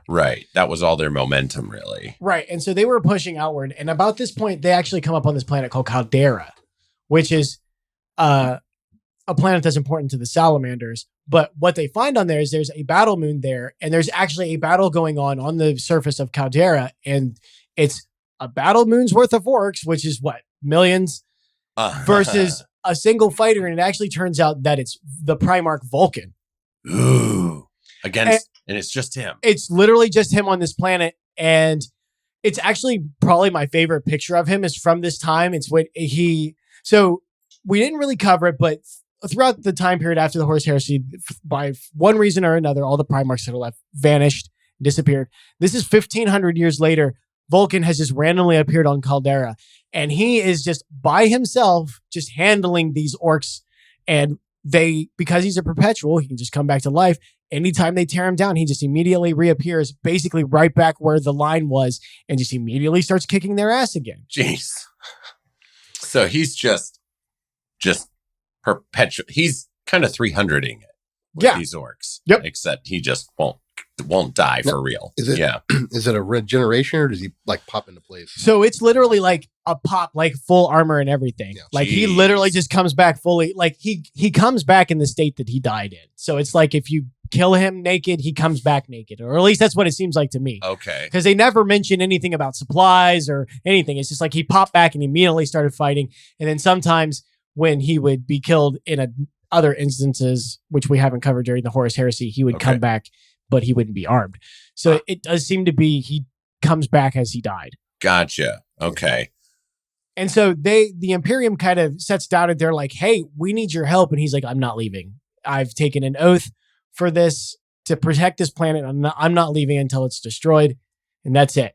So, and for reasons that we're leaving, it's part of his story. Fair enough. Caldera and him have a history. Okay. So he's there fighting them, and the Imperium comes along and helps him push them back, and they destroy the Battle Moon, which now... Well, what's actually what I read, they were trying to create a Battle Moon. And he was fighting to keep them from doing it. Right. Okay, gotcha. So they destroy that, and now they have Vulcan back on. Oh, shit. Kind of on board. But he's kind of squirrely. Really? Well, he doesn't do anything. He's put in charge, and he leads, but he doesn't actually give any orders. And, really? Yeah. Yeah, wow. So... They have a lot of leadership struggles. It's so cool because like the orcs are like in their prime as far as leadership goes, but they're catching the Imperium like at its it's still like reforming what the fuck it is that they need in a leader. You know what I mean? So like what happens is like he gets on the ship and he goes head to Terra and then just sequesters himself away. Oh. And he doesn't talk to anybody, doesn't do anything. He gets to Terra and he goes to the High Lords and just rips whole ass. Because he's like, what the fuck is this squabbling about? Like, what in the hell are you guys doing? Yeah. And he's like, I'm in command now. Yeah. Because they were still squabbling over the Imperial Fist guy. Like, they were like, we don't recognize your power, blah, blah, blah, blah, blah. And he's like, no, I'm in command. And the soldiers were kind of listening to him because, like, why wouldn't you? Right. But nobody can contest the role of a Primarch. Right. So he's like, I'm taking command. And then he immediately sequesters himself and puts the Imperial Fist guy back in charge. Oh. Basically, he's just like, I'm ending the fighting. Yeah. Oh, okay. So he basically sanctioned then what was going on. Yeah. He's like, nope. Okay.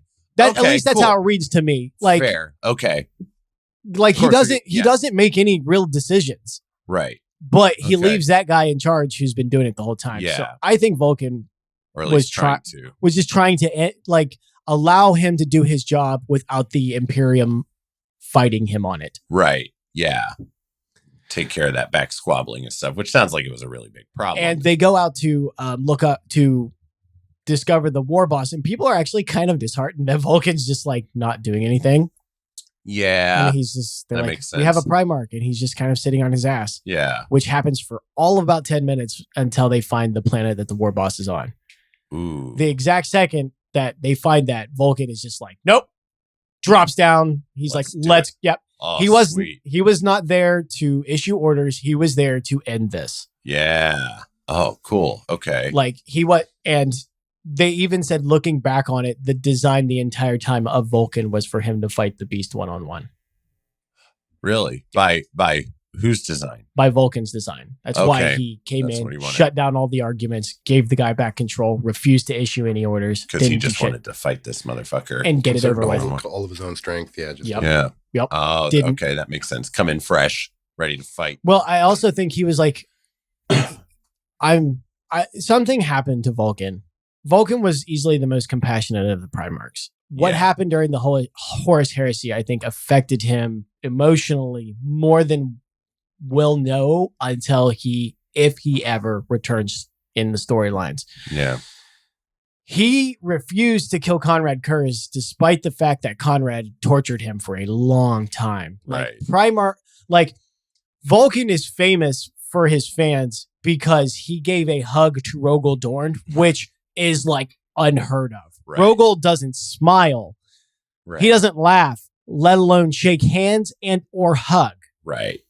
But Vulcan gave him a big old bear hug, and not only did that, but got Rogel to hug him back. Like this was like Vulcan is just the big teddy bear of the Primarchs, despite the fact that he is like 18 foot tall. Yeah. He is the biggest, strongest of the Primarchs. So I really think this just fucked him up. Yeah. Because it would be like just watching people his brothers killed each other. Yep. Yeah. And I think, jeez, I don't think Vulcan at his heart was a warrior. I think he was a man of peace that put on the cloak of a warrior when he felt it was He was a necessary. protector. Yes. He didn't. He wanted to know how to fight so that He could with defend. the hope that he didn't have to. Yeah. Defense. Yeah. So I think a lot of that is because he was, and also like he was the last one. I think I'm pretty sure at that time he was it. Yeah. So, Wow. So like that's a big weight to have on your shoulders, and especially because everybody's looking to you to be this big turning tide, and you're like, I don't like if I wanted to do that, I wouldn't be fighting on this planet by myself. Right. Yeah.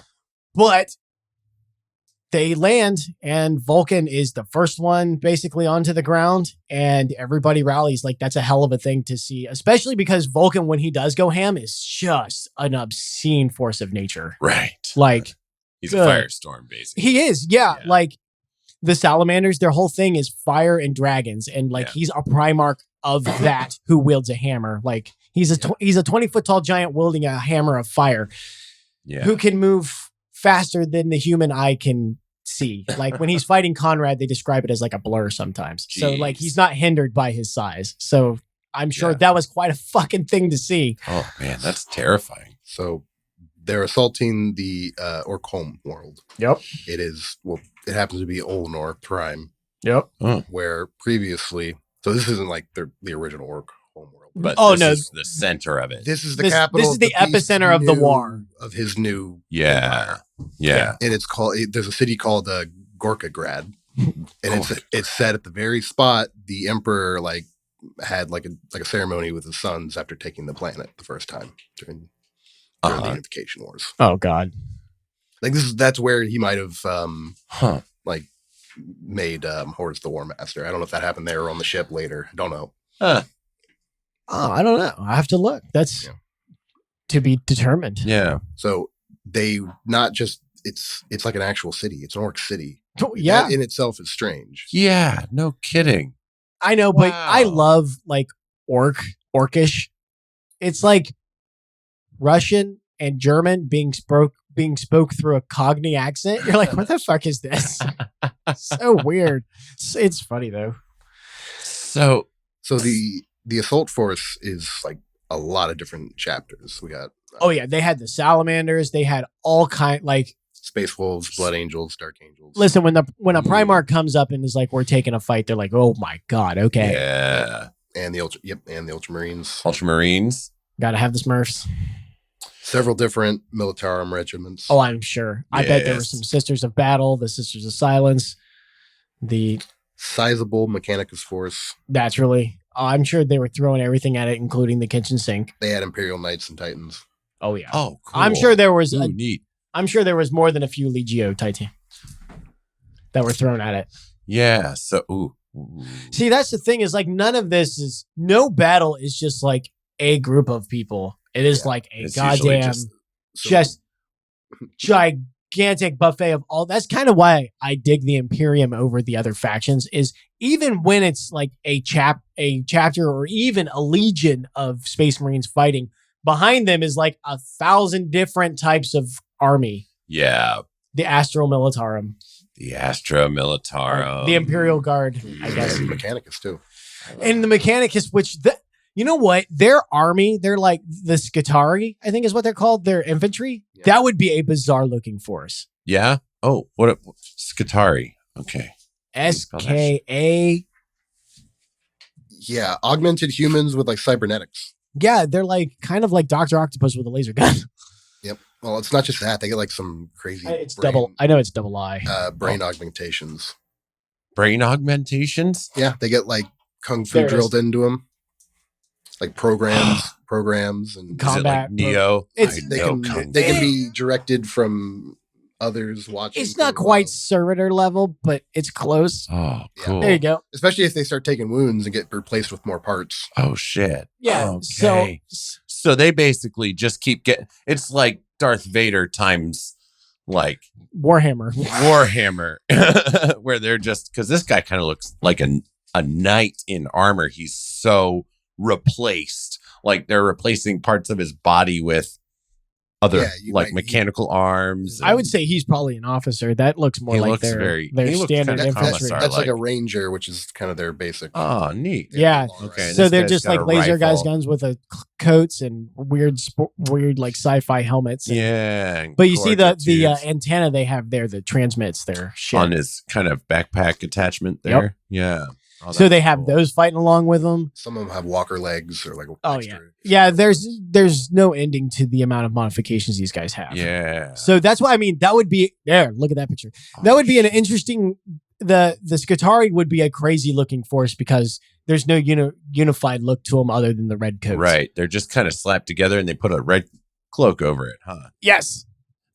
Slapped together. No, I but don't like know, but- it's replaced as needed and then not Yeah, replaced Just when not needed. Slap together tech, keep them alive. Yeah, Right. Yes. Yeah. So that would be a crazy looking force. Oh man. And then we're not even talking about the Titans, which are like oh, they're hundreds of feet tall war Yes. machines. yes. Well, so all this force is coming to bear, but Olenor turns out to be pretty rough to fight in. Yeah. Because it's an advanced fucking orc Orc. society on this Well, planet. yeah. Oh my god. It's like fighting orcs with Eldar tech. Yeah. it's an attack planet. The planet itself can be morphed and changed as they need it to work. So they just like create kill boxes. It's a trap. Because war energy. They God. trapped them. Like, honestly, is there any reason to Holy not, shit. like, if you had to pick a race to come back as in the Warhammer universe, is there any reason not to pick orc? Oh, I would totally be orc. Like, you're happy? They're at least enjoying it. Either that or like one of Nurgle's guys who's just Oh, like, the oh Plague yeah, no, I Marines? enjoy all of this suffering. Whoever's the happiest. Either way, you're painting a lot of green. So. Right. But, yeah, well, let's I- agree. like, the orcs, though, even when they're like, they're snotlings and grots, which are like the little tiny, like, yeah. grubby guys that get treated like shit by Yeah. the big orcs, they're fine with it. Right. Because They're they like, actually, this is, yeah, they're those like, guys have like their own little fucking black market going on. They're not living too bad as a group, I suppose. Maybe No, not but I individually. mean, Even they're- Brave New World kind of stuff. yeah. yeah, but they're not even like, they're cool with being abused because they're like, well, like that's just the way This things is orc life. Yeah, it's orc life. We're part of the orcs, and you're like, well, just because they're no, it's like it's not like they've resigned themselves to it. No. They literally enjoy life, even though they're being treated Yeah. like shit. and the more violent, the the better. more violent, the better. Yeah. The more everybody's enjoying everything. Yeah, I'll take the orcs. Like as far I as, mean, like, it's a who I'd pretty be tough in argument. This world. Yeah. Because really, at the end of the day, I just want to be happy. Who doesn't? So how do they get out of this trap? Do they get so? I think they literally just keep pressing through until they get to where, They find a temple. where, Vulcan presses in. yep, where that's when he encounters the beast, the 30-meter. yeah. Well, no, they bust into this inner chamber and there's a statue. It's not a statue. It's not a statue. Right. Vulcan actually Yes. thought it was, but it started to move and it actually like and speaks to him in perfect high gothic and is just kind of gloating about Destroying humanity. yeah. Oh my god. And Vulcan's just like, yeah.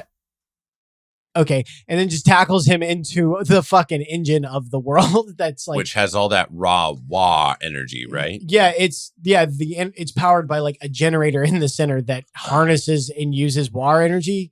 Don't ask me why. Don't ask me how. There's absolutely no reason in asking those goddamn questions whatsoever. Because it's Wa. Yeah, Yeah. it's just because that's how the orcs conceived that this battle planet worked. Which I love that they've now escalated from moons to planets. Yeah. They did it before Star Wars. So the Ouch. beast channels all this energy and drives it into like an attack. He thinks he's just going to whoop Vulcan. Yep. Oh shit. Yep. Yeah, just like But Super Vulcan Saiyans it. just takes it, absorbs it, puts it into his hammer. What? And then smashes it into the fucking engine. What? Just detonates the whole thing. With his hammer by absorbing war energy. Yeah. Whoa. And a lot of people kind of well, I mean, so there's absolutely no explanation to how or why he was able to do this because war energy has never been shown to work on anybody that's not an orc before. Right. A lot of people speculate that it's the combination of Primarch and perpetualness that allows him to do so. Okay. But Because he's like, even as far as Primarchs go, beyond ordinary. Yeah. Dude, he killed right when they came in to meet the beast. He killed the Crimson Fist and Ultramarine chapter masters. Oh shit! Killed him. Yep. What? Just and he going in. He swatted away the Blood Angels captain. The Orc. Yep. No, yeah. So he's just smashing people that like he shouldn't be able to smash. Well, like, I mean, on his yeah, yeah, 30 meters. God. But I mean, like it doesn't even really appear that Vulcan really tangles with him much. He just hauls off and tackles him. Yeah, and then he just does the smites him with his fucking hammer. War empowered hammer suddenly, I guess he hits the engine. Does that just set the planet off? Yeah. What about all the other? Well, so I don't think it actually destroys the planet. Not like okay. No, So it it's just not like hollows. Death Star No, thing. it just hollows it out. Oh, damn! And it vaporizes them both. Oh yeah, the Beast and Vulcan. Wow. And that's kind of the end of the Vulcan part. So What? yeah, he's never reappeared since then. Oh shit! But just to kind of cliffhanger it for, well, I mean, it's not to not. There's no such thing as a not cliffhanger with him because it just ends. Before this happened, and during, it looks like maybe during this part where he was kind of sequestered by himself, he wrote down that missed. Anyway, something fell, something banged. It looks like it's a can of some sort. Yes. But anyway, so he wrote down that before they found him on Olenor, that he hid some salamander tools. We don't know what they are. Okay. And each one of them has a name. I think there's 7 of them, and they found 3. Oh. Okay. And supposedly if they, and I'm not sure on those numbers, I'll have to double check, but basically he left all these different, like one of them is like a weapon. The other one's like a shield. So we don't know what all of them are, but they appear to be different random pieces of gear. Uh-huh. And Vulcan was like an exquisite. He was a blacksmith. So his ability to create shit was like second to none. Right. So it's good stuff. Yeah. But supposedly Cool. if you find all these pieces and bring them back together, then he will come back. Ooh, so it's kind of like, man, that's a neat blend of like Hephaestus and Osiris in a way. Like he's a forging god, and Osiris is in a bunch of different. His body's in a bunch of different pieces, not his artifacts. But. So that's kind of where Vulcan's at in the rest of the Imperium. The Salamanders have a specific group who are dedicated to trying to search out these artifacts and try to bring back their Primarch. Wow. And I loved that's how where he they're just at. came back to end the War of the Beast. Basically what it seems like. Yeah. What I get confused about, though, with the Beast is that sometimes I see numbers like there's like another one. Like they find another one. There was no real... there was this... I don't know, like this weird orc chanting and this like message that kept getting sent out. What? Yeah, just said, I am the slaughter. I am the slaughter. I am the slaughter. Shit. Which isn't that another name for the beast? Like the slaughter? I think it's like another translation of whatever their orc word is. For him. So after Holy he was shit. gone, there was, like, was it, but is it a question of whether or not it was the same one? Or well, is it had just- the broadcast, I think, went out after he was gone. So it's like, is there another orc claiming to be the beast? the beast? Huh. But, or could it be if they believe that he's unkillable, like... Then he would be because of the way that works. Right. And all that. There's never been a better condition for their belief, like, to manifest ever. in that way. Yeah. They're just top tier orc right now. Have they ever been more powerful than this? Like even in prehistory? Oh, sure. When they were the Croak, they were like... Really? Oh, yeah. It's why... Oh, yeah. They were orcs with the power of war, but they were like Eldar intelligence. That's why, Oh, shit. that's why when they started getting intelligent again, the Eldar were like, no way. Oh, okay. Gotcha. Yeah, Wow. it looks like even after the beast died, like the war kept going. Really? Well, shit. Yeah, they It's not exactly cutting the head off the snake this time, yeah, is there it? was a second battle of Olenor. Really? The Imperium went back. Yeah, I think they found a way to like reverse engineer the Oof. the wall. Yeah, Mankind did? They had to use the null effect of anti-psychers. Like, so they used a bunch of blanks to nullify the war. This is when the Sisters of Silence came in. Like, were founded? They were able to decimate. Oh, okay. So, they killed a bunch. So what you have to understand is that is not really the death of the beast. I think kind of concludes the War of the Beast proper. Now we're into the Age of Apostasy, and this is a leftover war. Okay. That concludes because the Sisters of Silence didn't come in until after this. Now we're getting into the Age of Apostasy. Okay. Because so that might be what where I'm like, oh, it's only a 2-year period. Maybe it was just dealing with that up until that point, and then Third Battle of Olinar. Right. Jesus. Well, so there's also Holy the crap. War of Beasts, right? Yeah. So it's okay. So it's ongoing. Yeah. A lot. So there's a saying with orcs, right? Once an orc colony has established itself on a planet, there's really no way to ever burn it out besides exterminatus. Yeah. Like they'll go dormant, and it's the same for the Tyranids. They'll go dormant for thousands of years only to crop back up. Right. Once the conditions are right for the spores for the orcs to propagate they're back. And boy, they did some spreading there. People think like certain exotic creatures, deadly creatures on certain worlds might be Tyranids that have evolved. Oh yeah. Ooh, cool. The Catachan. The Catachan. Wow. So leading into the Age of Apostasy, the Age of Apostasy is really where things are kind of cemented into the gutter for the Imperium. Yeah. I think they could have come back from the Horus Heresy had the Age of Apostasy not happened. Okay. With Vulcan gone and all the Primarchs gone, that fucking fight about who's in charge again kind of flares back up. And this is where the Imperial cult and the ecclesiarchy really kind of establish and cement themselves. And what the Imperial cult is worshiping the God Emperor, or worshiping the God Emperor. It's worshiping the Emperor as a god. Right. And treating him as some sort of deity, which is directly completely opposed to what he has explicitly said within his own decree and laws and stuff like that. And it gave them an excuse to call out heretics and persecute. Right. They were looking for somebody to blame for all this thing that had happened. And in fact, if you recall, the people that were rioting and stuff during the moon being over Terra, they didn't go to fight, so they were left over. And so these fanatics that had been drummed up while all of this War of the Beasts were going on were now in this new era of there was no threat, but like everything had been devastated.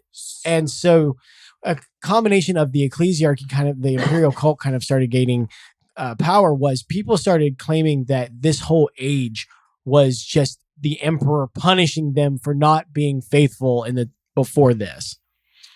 So you had like fanatical religious riots busting out all over different planets where they were looking at anybody who didn't worship the Emperor in as extreme ways as they did as a heretic, and they would have them burned at the stake. This, the witch hunts, the equivalent of what we had in like Europe and in Salem as well. Yeah. Around the world, actually. Yeah, we have witch hunting behaviors. Pick your fucking poison there. So while this was happening, the ecclesiarchy, which was like the priesthood of the Imperial cult, was really starting to gain power more and more and more, to the point where they were easily challenging the High Lords of Terra. Oh, shit. And it actually started to get to where they were winning in power. And then this one gentleman, which you actually found a thing talking about the War of the Beast that talked about a man who led a scene that would have consequences for decades. Remember that? Yes. His name is Gulge Van Deer. Ooh, Gulge Van Deer. Okay. Yep. He is an ecclesiarchal priest who basically climbed the ladder to become the head of the ecclesiarchy. Oh, okay. And he did that by promising the retiring head of the ecclesiarchy that he would. So one of the things he did was he was able to kind of promise one of the heads of the ecclesiarchy, like, hey, if you support me becoming the head, I will put you in charge of the astral officinarum, I think is how it's pronounced. Basically the head paper pushers. So Okay. The Imperium is headed by the High Lords of Terra, the Ecclesiarchy, and then the Astrum Officinorum, the guys that the paper pushers. And so Okay. he was like, if I take 2 out of 3, I can control everything. Right. Okay. And then by hook and by crook, he basically got him into office and then got him out of office and declared himself oh shit. ruler of both. Oh shit. Okay. Gotcha. And so he had the High Lords of Terra hogtied Yeah.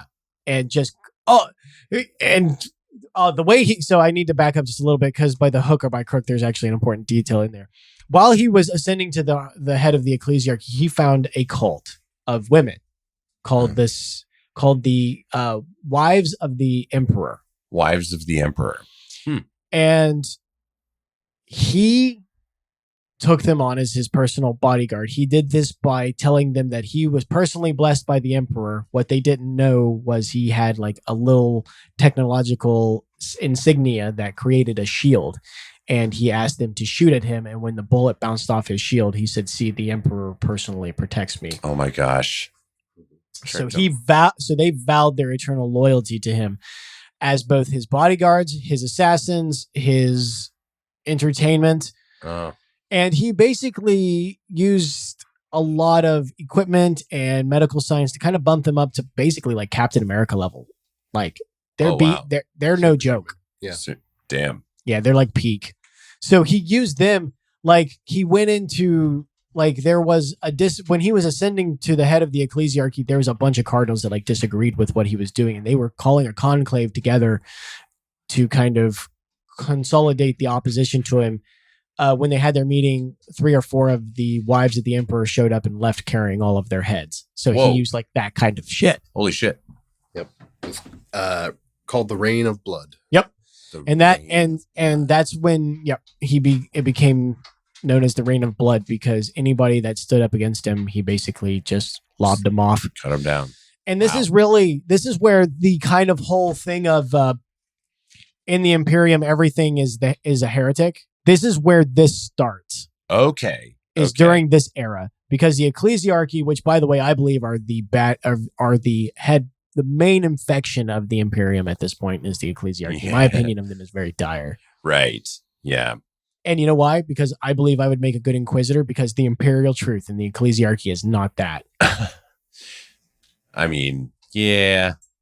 They are very, I mean, they're not supposed to be. It's not supposed to be a religion. And what's even worse is the book the ecclesiarchy based the imperial cult off of. The entire religion is the Lectitio Divinitatis, okay, which was written by fucking Logar, the Primarch of the Word Bearers. No kidding. Yeah, it was the Word Bearers' religion. They're effectively like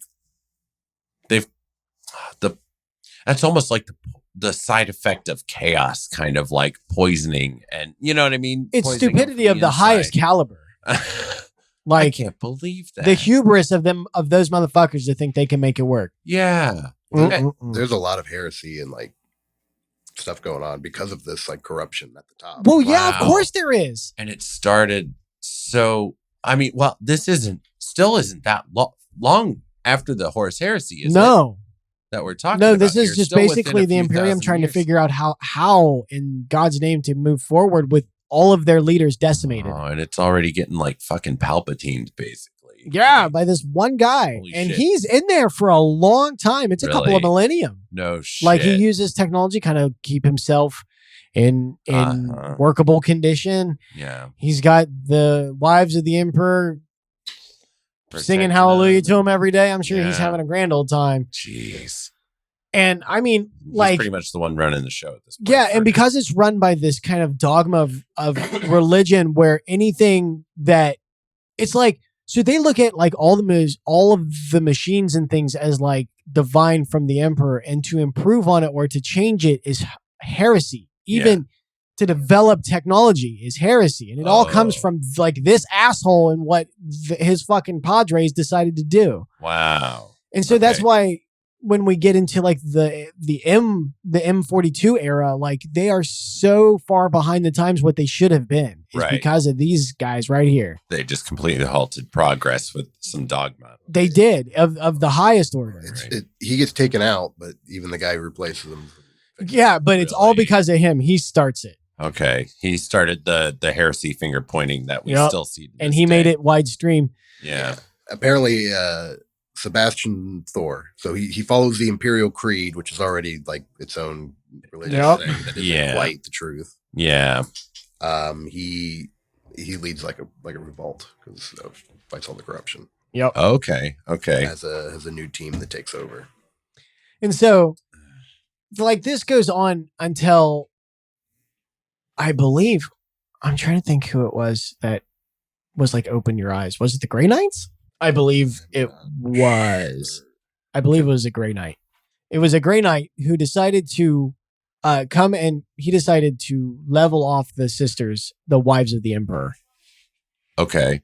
He came to them and was like, listen, like, because everybody basically agreed, like, we're not going to be able to get to this guy while these ladies are in the way. Yeah.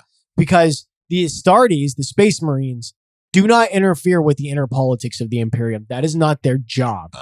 The Ecclesiarchy, the High Lords of Terror, they don't get to tell the Space Marines what to do either. Gotcha. The Space Marines are 100% top to bottom, entirely focused on defending from outside threats. Anything that happens interior is completely out. So they don't have a vote in this while this is going on. Right. Oh, wow. They just have to serve the Imperium as it is, however it is. And quite frankly, most of them don't think very highly of base humanity as it stands. Yeah. So they're not really interested anyway. Well, and it sounds very, their political structure seems very classist and cruel up to a point anyway. Now, obviously, like, frankly, once you get on a planetary level, it's like whatever. It's going to have to be. Yeah. At a certain point, isn't it like meant to keep people from getting into chaos? Yeah. I guess that and it's a method for control, obviously. Yeah. And to get that tithe so that they can defend against Xenos and chaos. Yep. Because like living in the Imperium is quite an interesting prospect because of I think fear of like the Iron Man would be like a primal fear. So yes, the fear had some influence. The fear of AI in the Imperium is rooted deep, and for good reason. Right, it's like lemurs, like afraid of eagles, even though they don't see any anymore. Right, right. It's entirely justified as to why. So that's kind of where. I'll bet you that's where that creed is kind of rooted in, where it's like, no, you don't fuck with the machines. This is, I'll bet you there's something in there that kind of led to that. Like, it's what led to the spirit in the machine, right? Because they had to, machines can't function without some form of AI, especially once you start getting so advanced as to where they already were. Right. Like, so they had to figure out a way to kind of logically make it work to themselves. So it's not AI, it's a spirit. Yeah. Right. And so it's just as terrifying as an AI, in my opinion. And it's kind of funny because they're like saying that to not be heretical, but they're also like being heretical as fuck by saying because it's a soul in the Emperor. Yeah. So soul takes kind of a different connotation in Warhammer because your soul also exists as a psychic entity into the war. So it's kind of almost like scientifically proven. It is, but but they try to remove the holiness from it. I guess is a good way of putting it. Right. And like what I was going to say about living in the Imperium about being interesting is it's not like if you're on a farm planet, it's not everybody owns a farm. Right. You live in these fucking things called hive cities that we haven't talked about yet. No. We need to get this out of the way. Yes. Hive cities are the Imperium's answer to overpopulation. Is you build out wide, certainly, because they can be like a continent spanning. You also go deep. And deep. Yeah. But they go up. Like, holy shit, up. They're called hives because they look like a massive hive from a distance. Like, you wouldn't even be able to make out. They look like termite mounds. Yeah. Just buzzing with, populations of billions of people. Like swarming ants. Yep. Yeah. And it's just like what you would think. The further down you go, the greasier and grimier, the worse it is. And like I'm sure there is, but I've never actually found a documentation of a first-hand account of the center of a hive city. Right. I've seen down underground, and it's like it's like mutants and fucking the listeners won't know what this is, but it's called a gene stealer cult. Like there's them fuckers down there, and I love me some gene stealers. Stay tuned for that. Yeah. Like, Occasional road board. But their underbelly is real bad. Like their police forces won't go down there except like they're marching into battle. Yep. And they do it like every like 20 or 40 years or like, some okay, shit. it's starting to bleed upwards because it's just as you would expect. The higher up you are in this fucking thing, the better off you are. Everything's just run by gangs down there. Yep. Yeah. And then when you get down further, even the gangs won't fucking touch it because it's even crazier. Right. It's the dregs of the dregs of the dregs. Right. So I have never read a firsthand account of the core of a hive city. I feel like, holy shit. Famous hive city is Necromunda. I do know a little bit about Necromunda. It's considered. I think it's the largest hive or one of the largest hive cities. Jesus. Yes, because it was a prosperous city state before the Imperium claimed it. And then they just they fought and they got kind of semi-glassed. They got and then they just set up a wall around what was left and then hive cityed into it. Okay, gotcha. Yep. Wow. But and it's huge. Check it out. Yeah, what was Necromunda. But it's got going outside of the lore, it's got like its own subsection of games that are just in Necromunda itself.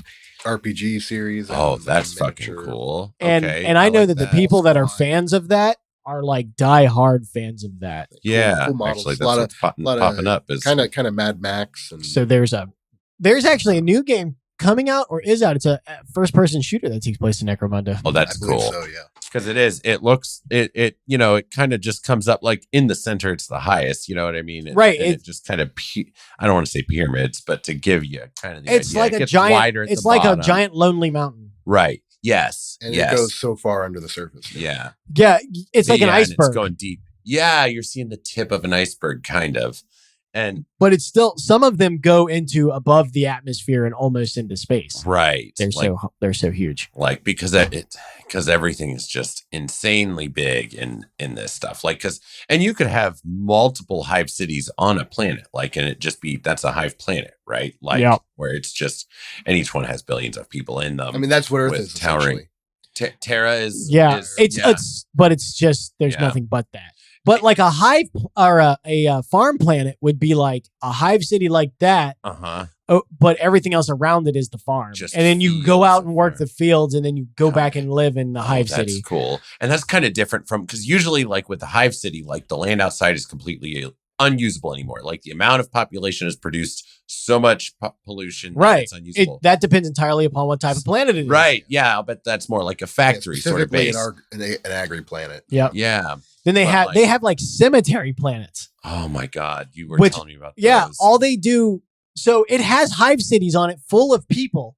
And all these people's lives are just dedicated to burying the dead of the rest of the sector. And like cataloging them in records that nobody will ever read for no reason. Oh man, that's just crazy. And there's whole planets dedicated to that. Cemetery. Yep. There's planets that exist just as a tomb for one individual. Holy shit. What? No kidding. Yes. Like it's all just a governors and Whoa. Popes. What? Patriarchs, saints. Yeah.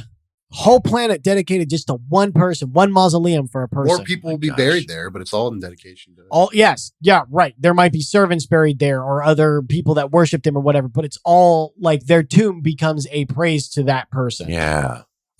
There's like resort planets of some sort. Oh yeah, they're called pleasure planets. Oh, of course. Okay. I'm trying to think. It's like probably any concept I can think of. It exists. There are like the colonial worlds, and there are like backwater worlds.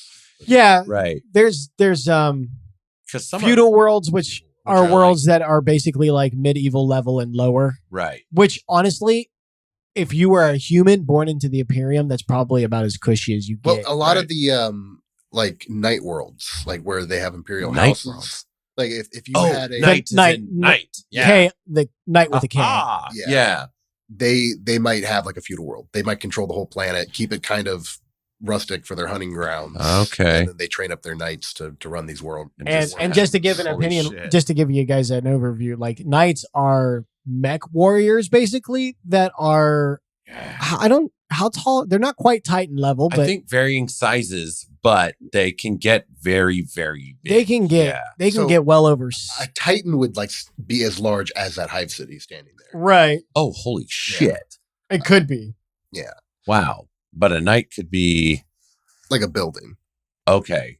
About the Okay. size, like, yeah. One of these spires in there. Bigger than a Space Marine, bigger than a Dreadnought.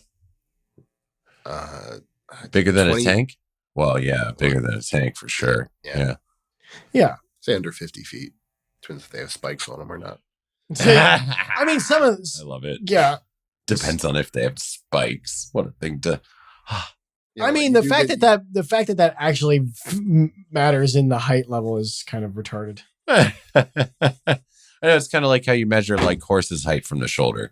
You know what I mean? 'Cause Well, it's like I the mean, head will so come that, over. but Yeah. that goes into kind of the aesthetic of Warhammer is sometimes you'll see armor that people are wearing that you're just like, that is like 6 or 7 inches above your head. Yeah, right. Yeah. And like, you could not see behind. It's like, Yeah. some of this stuff is just so massive. Yeah. the backpacks. You can't see anything behind you. No, Oh, you yeah. can't, No. whatever. Yeah. So anyway, you're living in these hive cities and it really sucks. And it's even worse because now you have the thumb of this ecclesiarchy that's really pressing you down. Right. Like, I'll tell you a place that I would never want to be born would be a cathedral planet, Oh yeah. which is cathedral it's just a giant church run by the ecclesiarchy.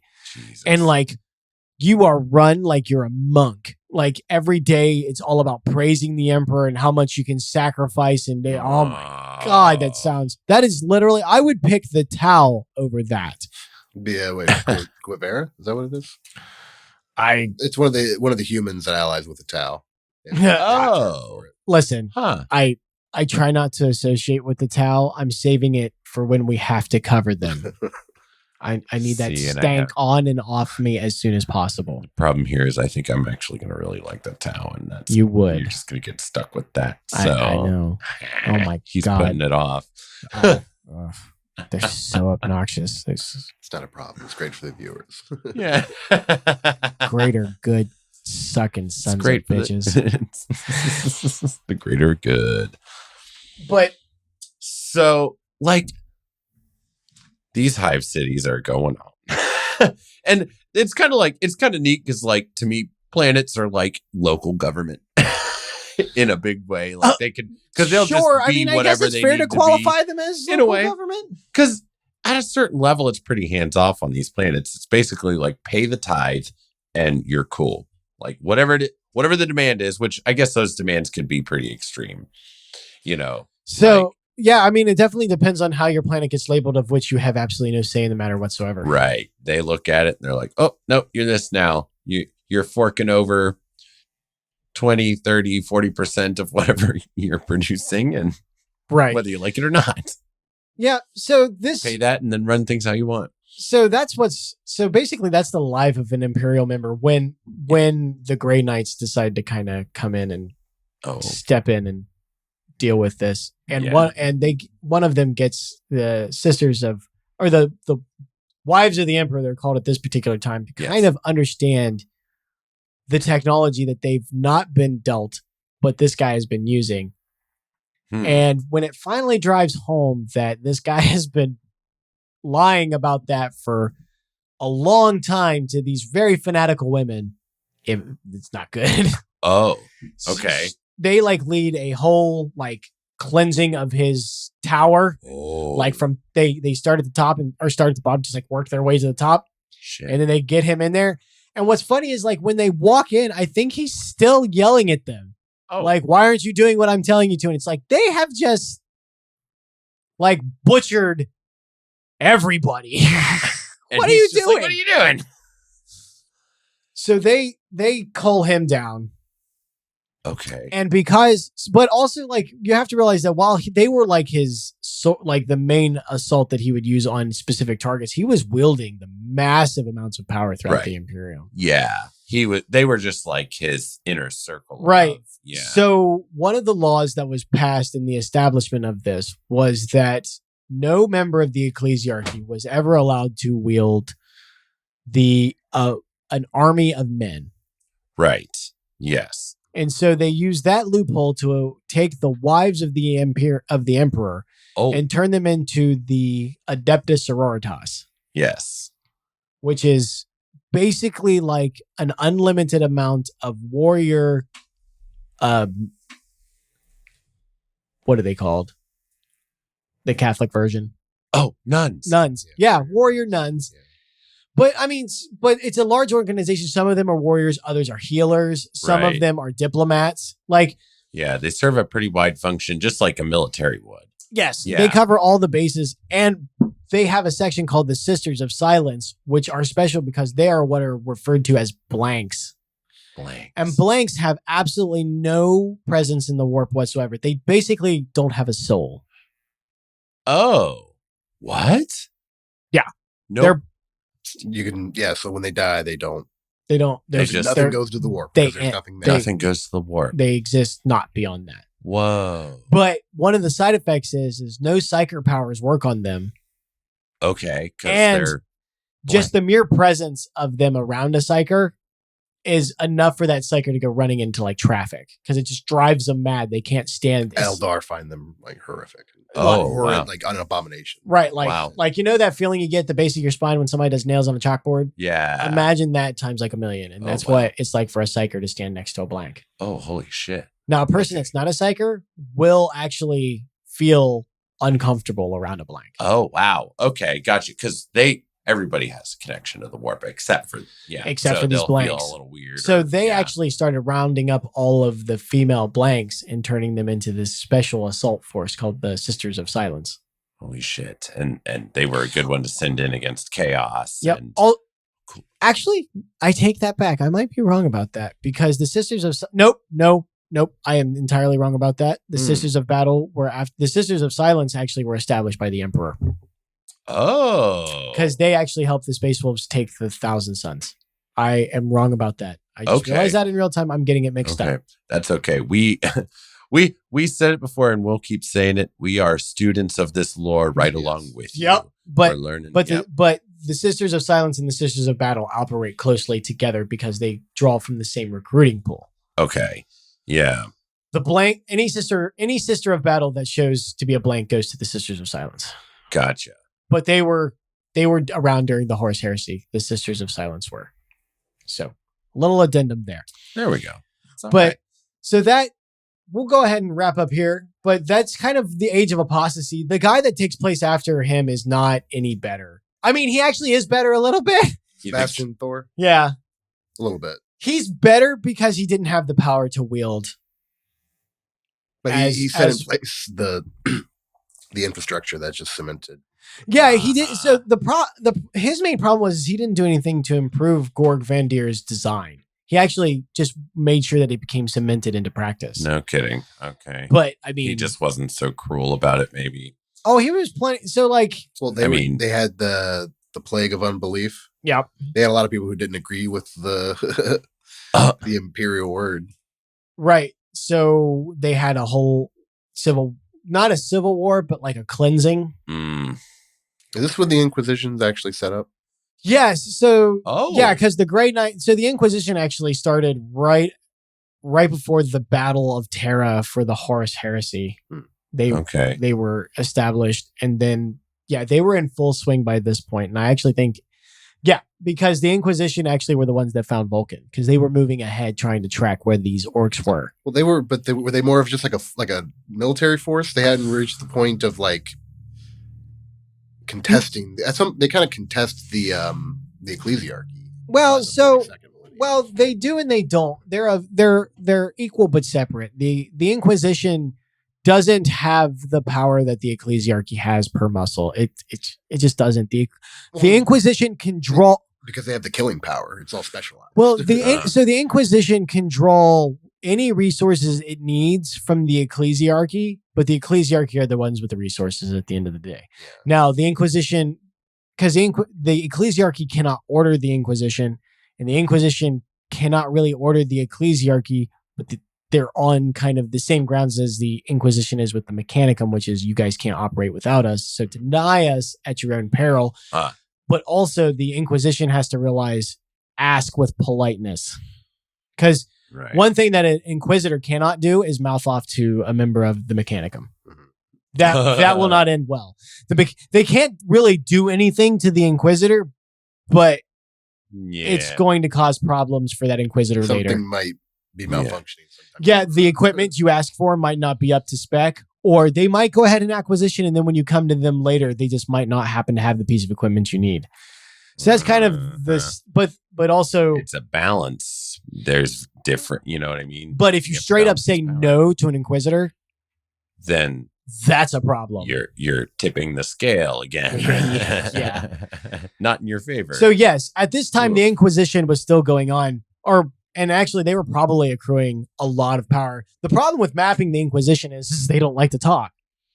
Yeah. So we know kind of the establishment time, and I'm sure there are people that know more about the Inquisition than I do. But we know that they were established about the end of the Horus Heresy with Malcador. Okay. Although they were called the Agents of the Sigillate at that time, but they were the Inquisition for any all set intents and purposes. Right. Yeah. Okay. And then they were well into swing during the War of the Beast, and the Age of Apostasy is probably when they went nuclear. So this is probably the Age of Apostasy is right about the time Inquisitors could start ordering Exterminatus by themselves. Oh shit. Okay. Because that's a thing that they can do. Yep. Although if people start asking questions, you better be able to answer them, because while you have the right, you have the ability to do so willy-nilly is a problem. Yeah. Although they can't actually punish you either. I was going to say, really the only people who would be asking are the other Inquisitors. Yeah. But within that, you've got the fanatics in the Inquisitors as well that will absolutely call you out on nonsense. Yeah. Or things that they think is nonsense. And they might be harder on you than the Inquisition feels the commissars too, right? Is that right? The commissars, so they're in charge of the training of the commissars, but the commissars are still under the Astro Militarum. Okay. But the Militarum is completely under the thumb of the Inquisition. They cannot refuse in any way, shape, or form, nor do they have any interest in doing so. Right. But the commissars are recruited from orphanages, and they're in schools run by the Inquisition that controls the brainwashing and things, and then they're put into positions of power on the field. That's so cool. They go to a Catholic Catholic school for boys and come out and commissars. Holy shit. Yes. I love it. That is so cool. So yeah, it'll actually be run by a member of the Ecclesiarchy or the Inquisition, and then a couple of sisters of the Adeptus Sororitas. Oh my gosh. Commissars are cool. Commissars are also cruel. Oh, I love. Nuh-uh. Krieg commissars are not. They're anti-cruel. Yeah, that's true. Save yourselves. Stop. Don't die yet. Yeah, usually the commissars are there to make sure that the soldiers keep their nerve and keep moving forward. But not with the Krieg. They're the ones saying hold on now, guys. You don't have to charge in yet. Just wait a second. They're holding back. So it seems like during this, Age of Apostasy, the Plague of Unbelief, there was a cardinal who had his own little empire going, inside, he was shielded by a bunch of warp storms. Oh God! So he had his own he was just kind of jealous, so he's just amassing wealth and using his power. Dude, I hate the Ecclesiarchy. I really do. He got put down by the Space Wolves. There you go. Oh, the Volca Fenrica. Wow, they were none of this. Boy, he must have been doing something really bad to get them called on him. If they stepped in, yeah, he must have been really have the literal fucking wolves at your door. Yeah, that's no bueno. No. All right, guys. So we're gonna end that here. Next up, we'll be doing the Gothic War and the very first War of Armageddon, because Warhammer has a first War of Armageddon. I think we're up to 3 Wars of Armageddon. Just 3 ends of the world. No problem. No worries. Right. And with that, I'm Ben. I'm Eric. Dan, thanks for listening. Thanks, guys. See you soon. Bye.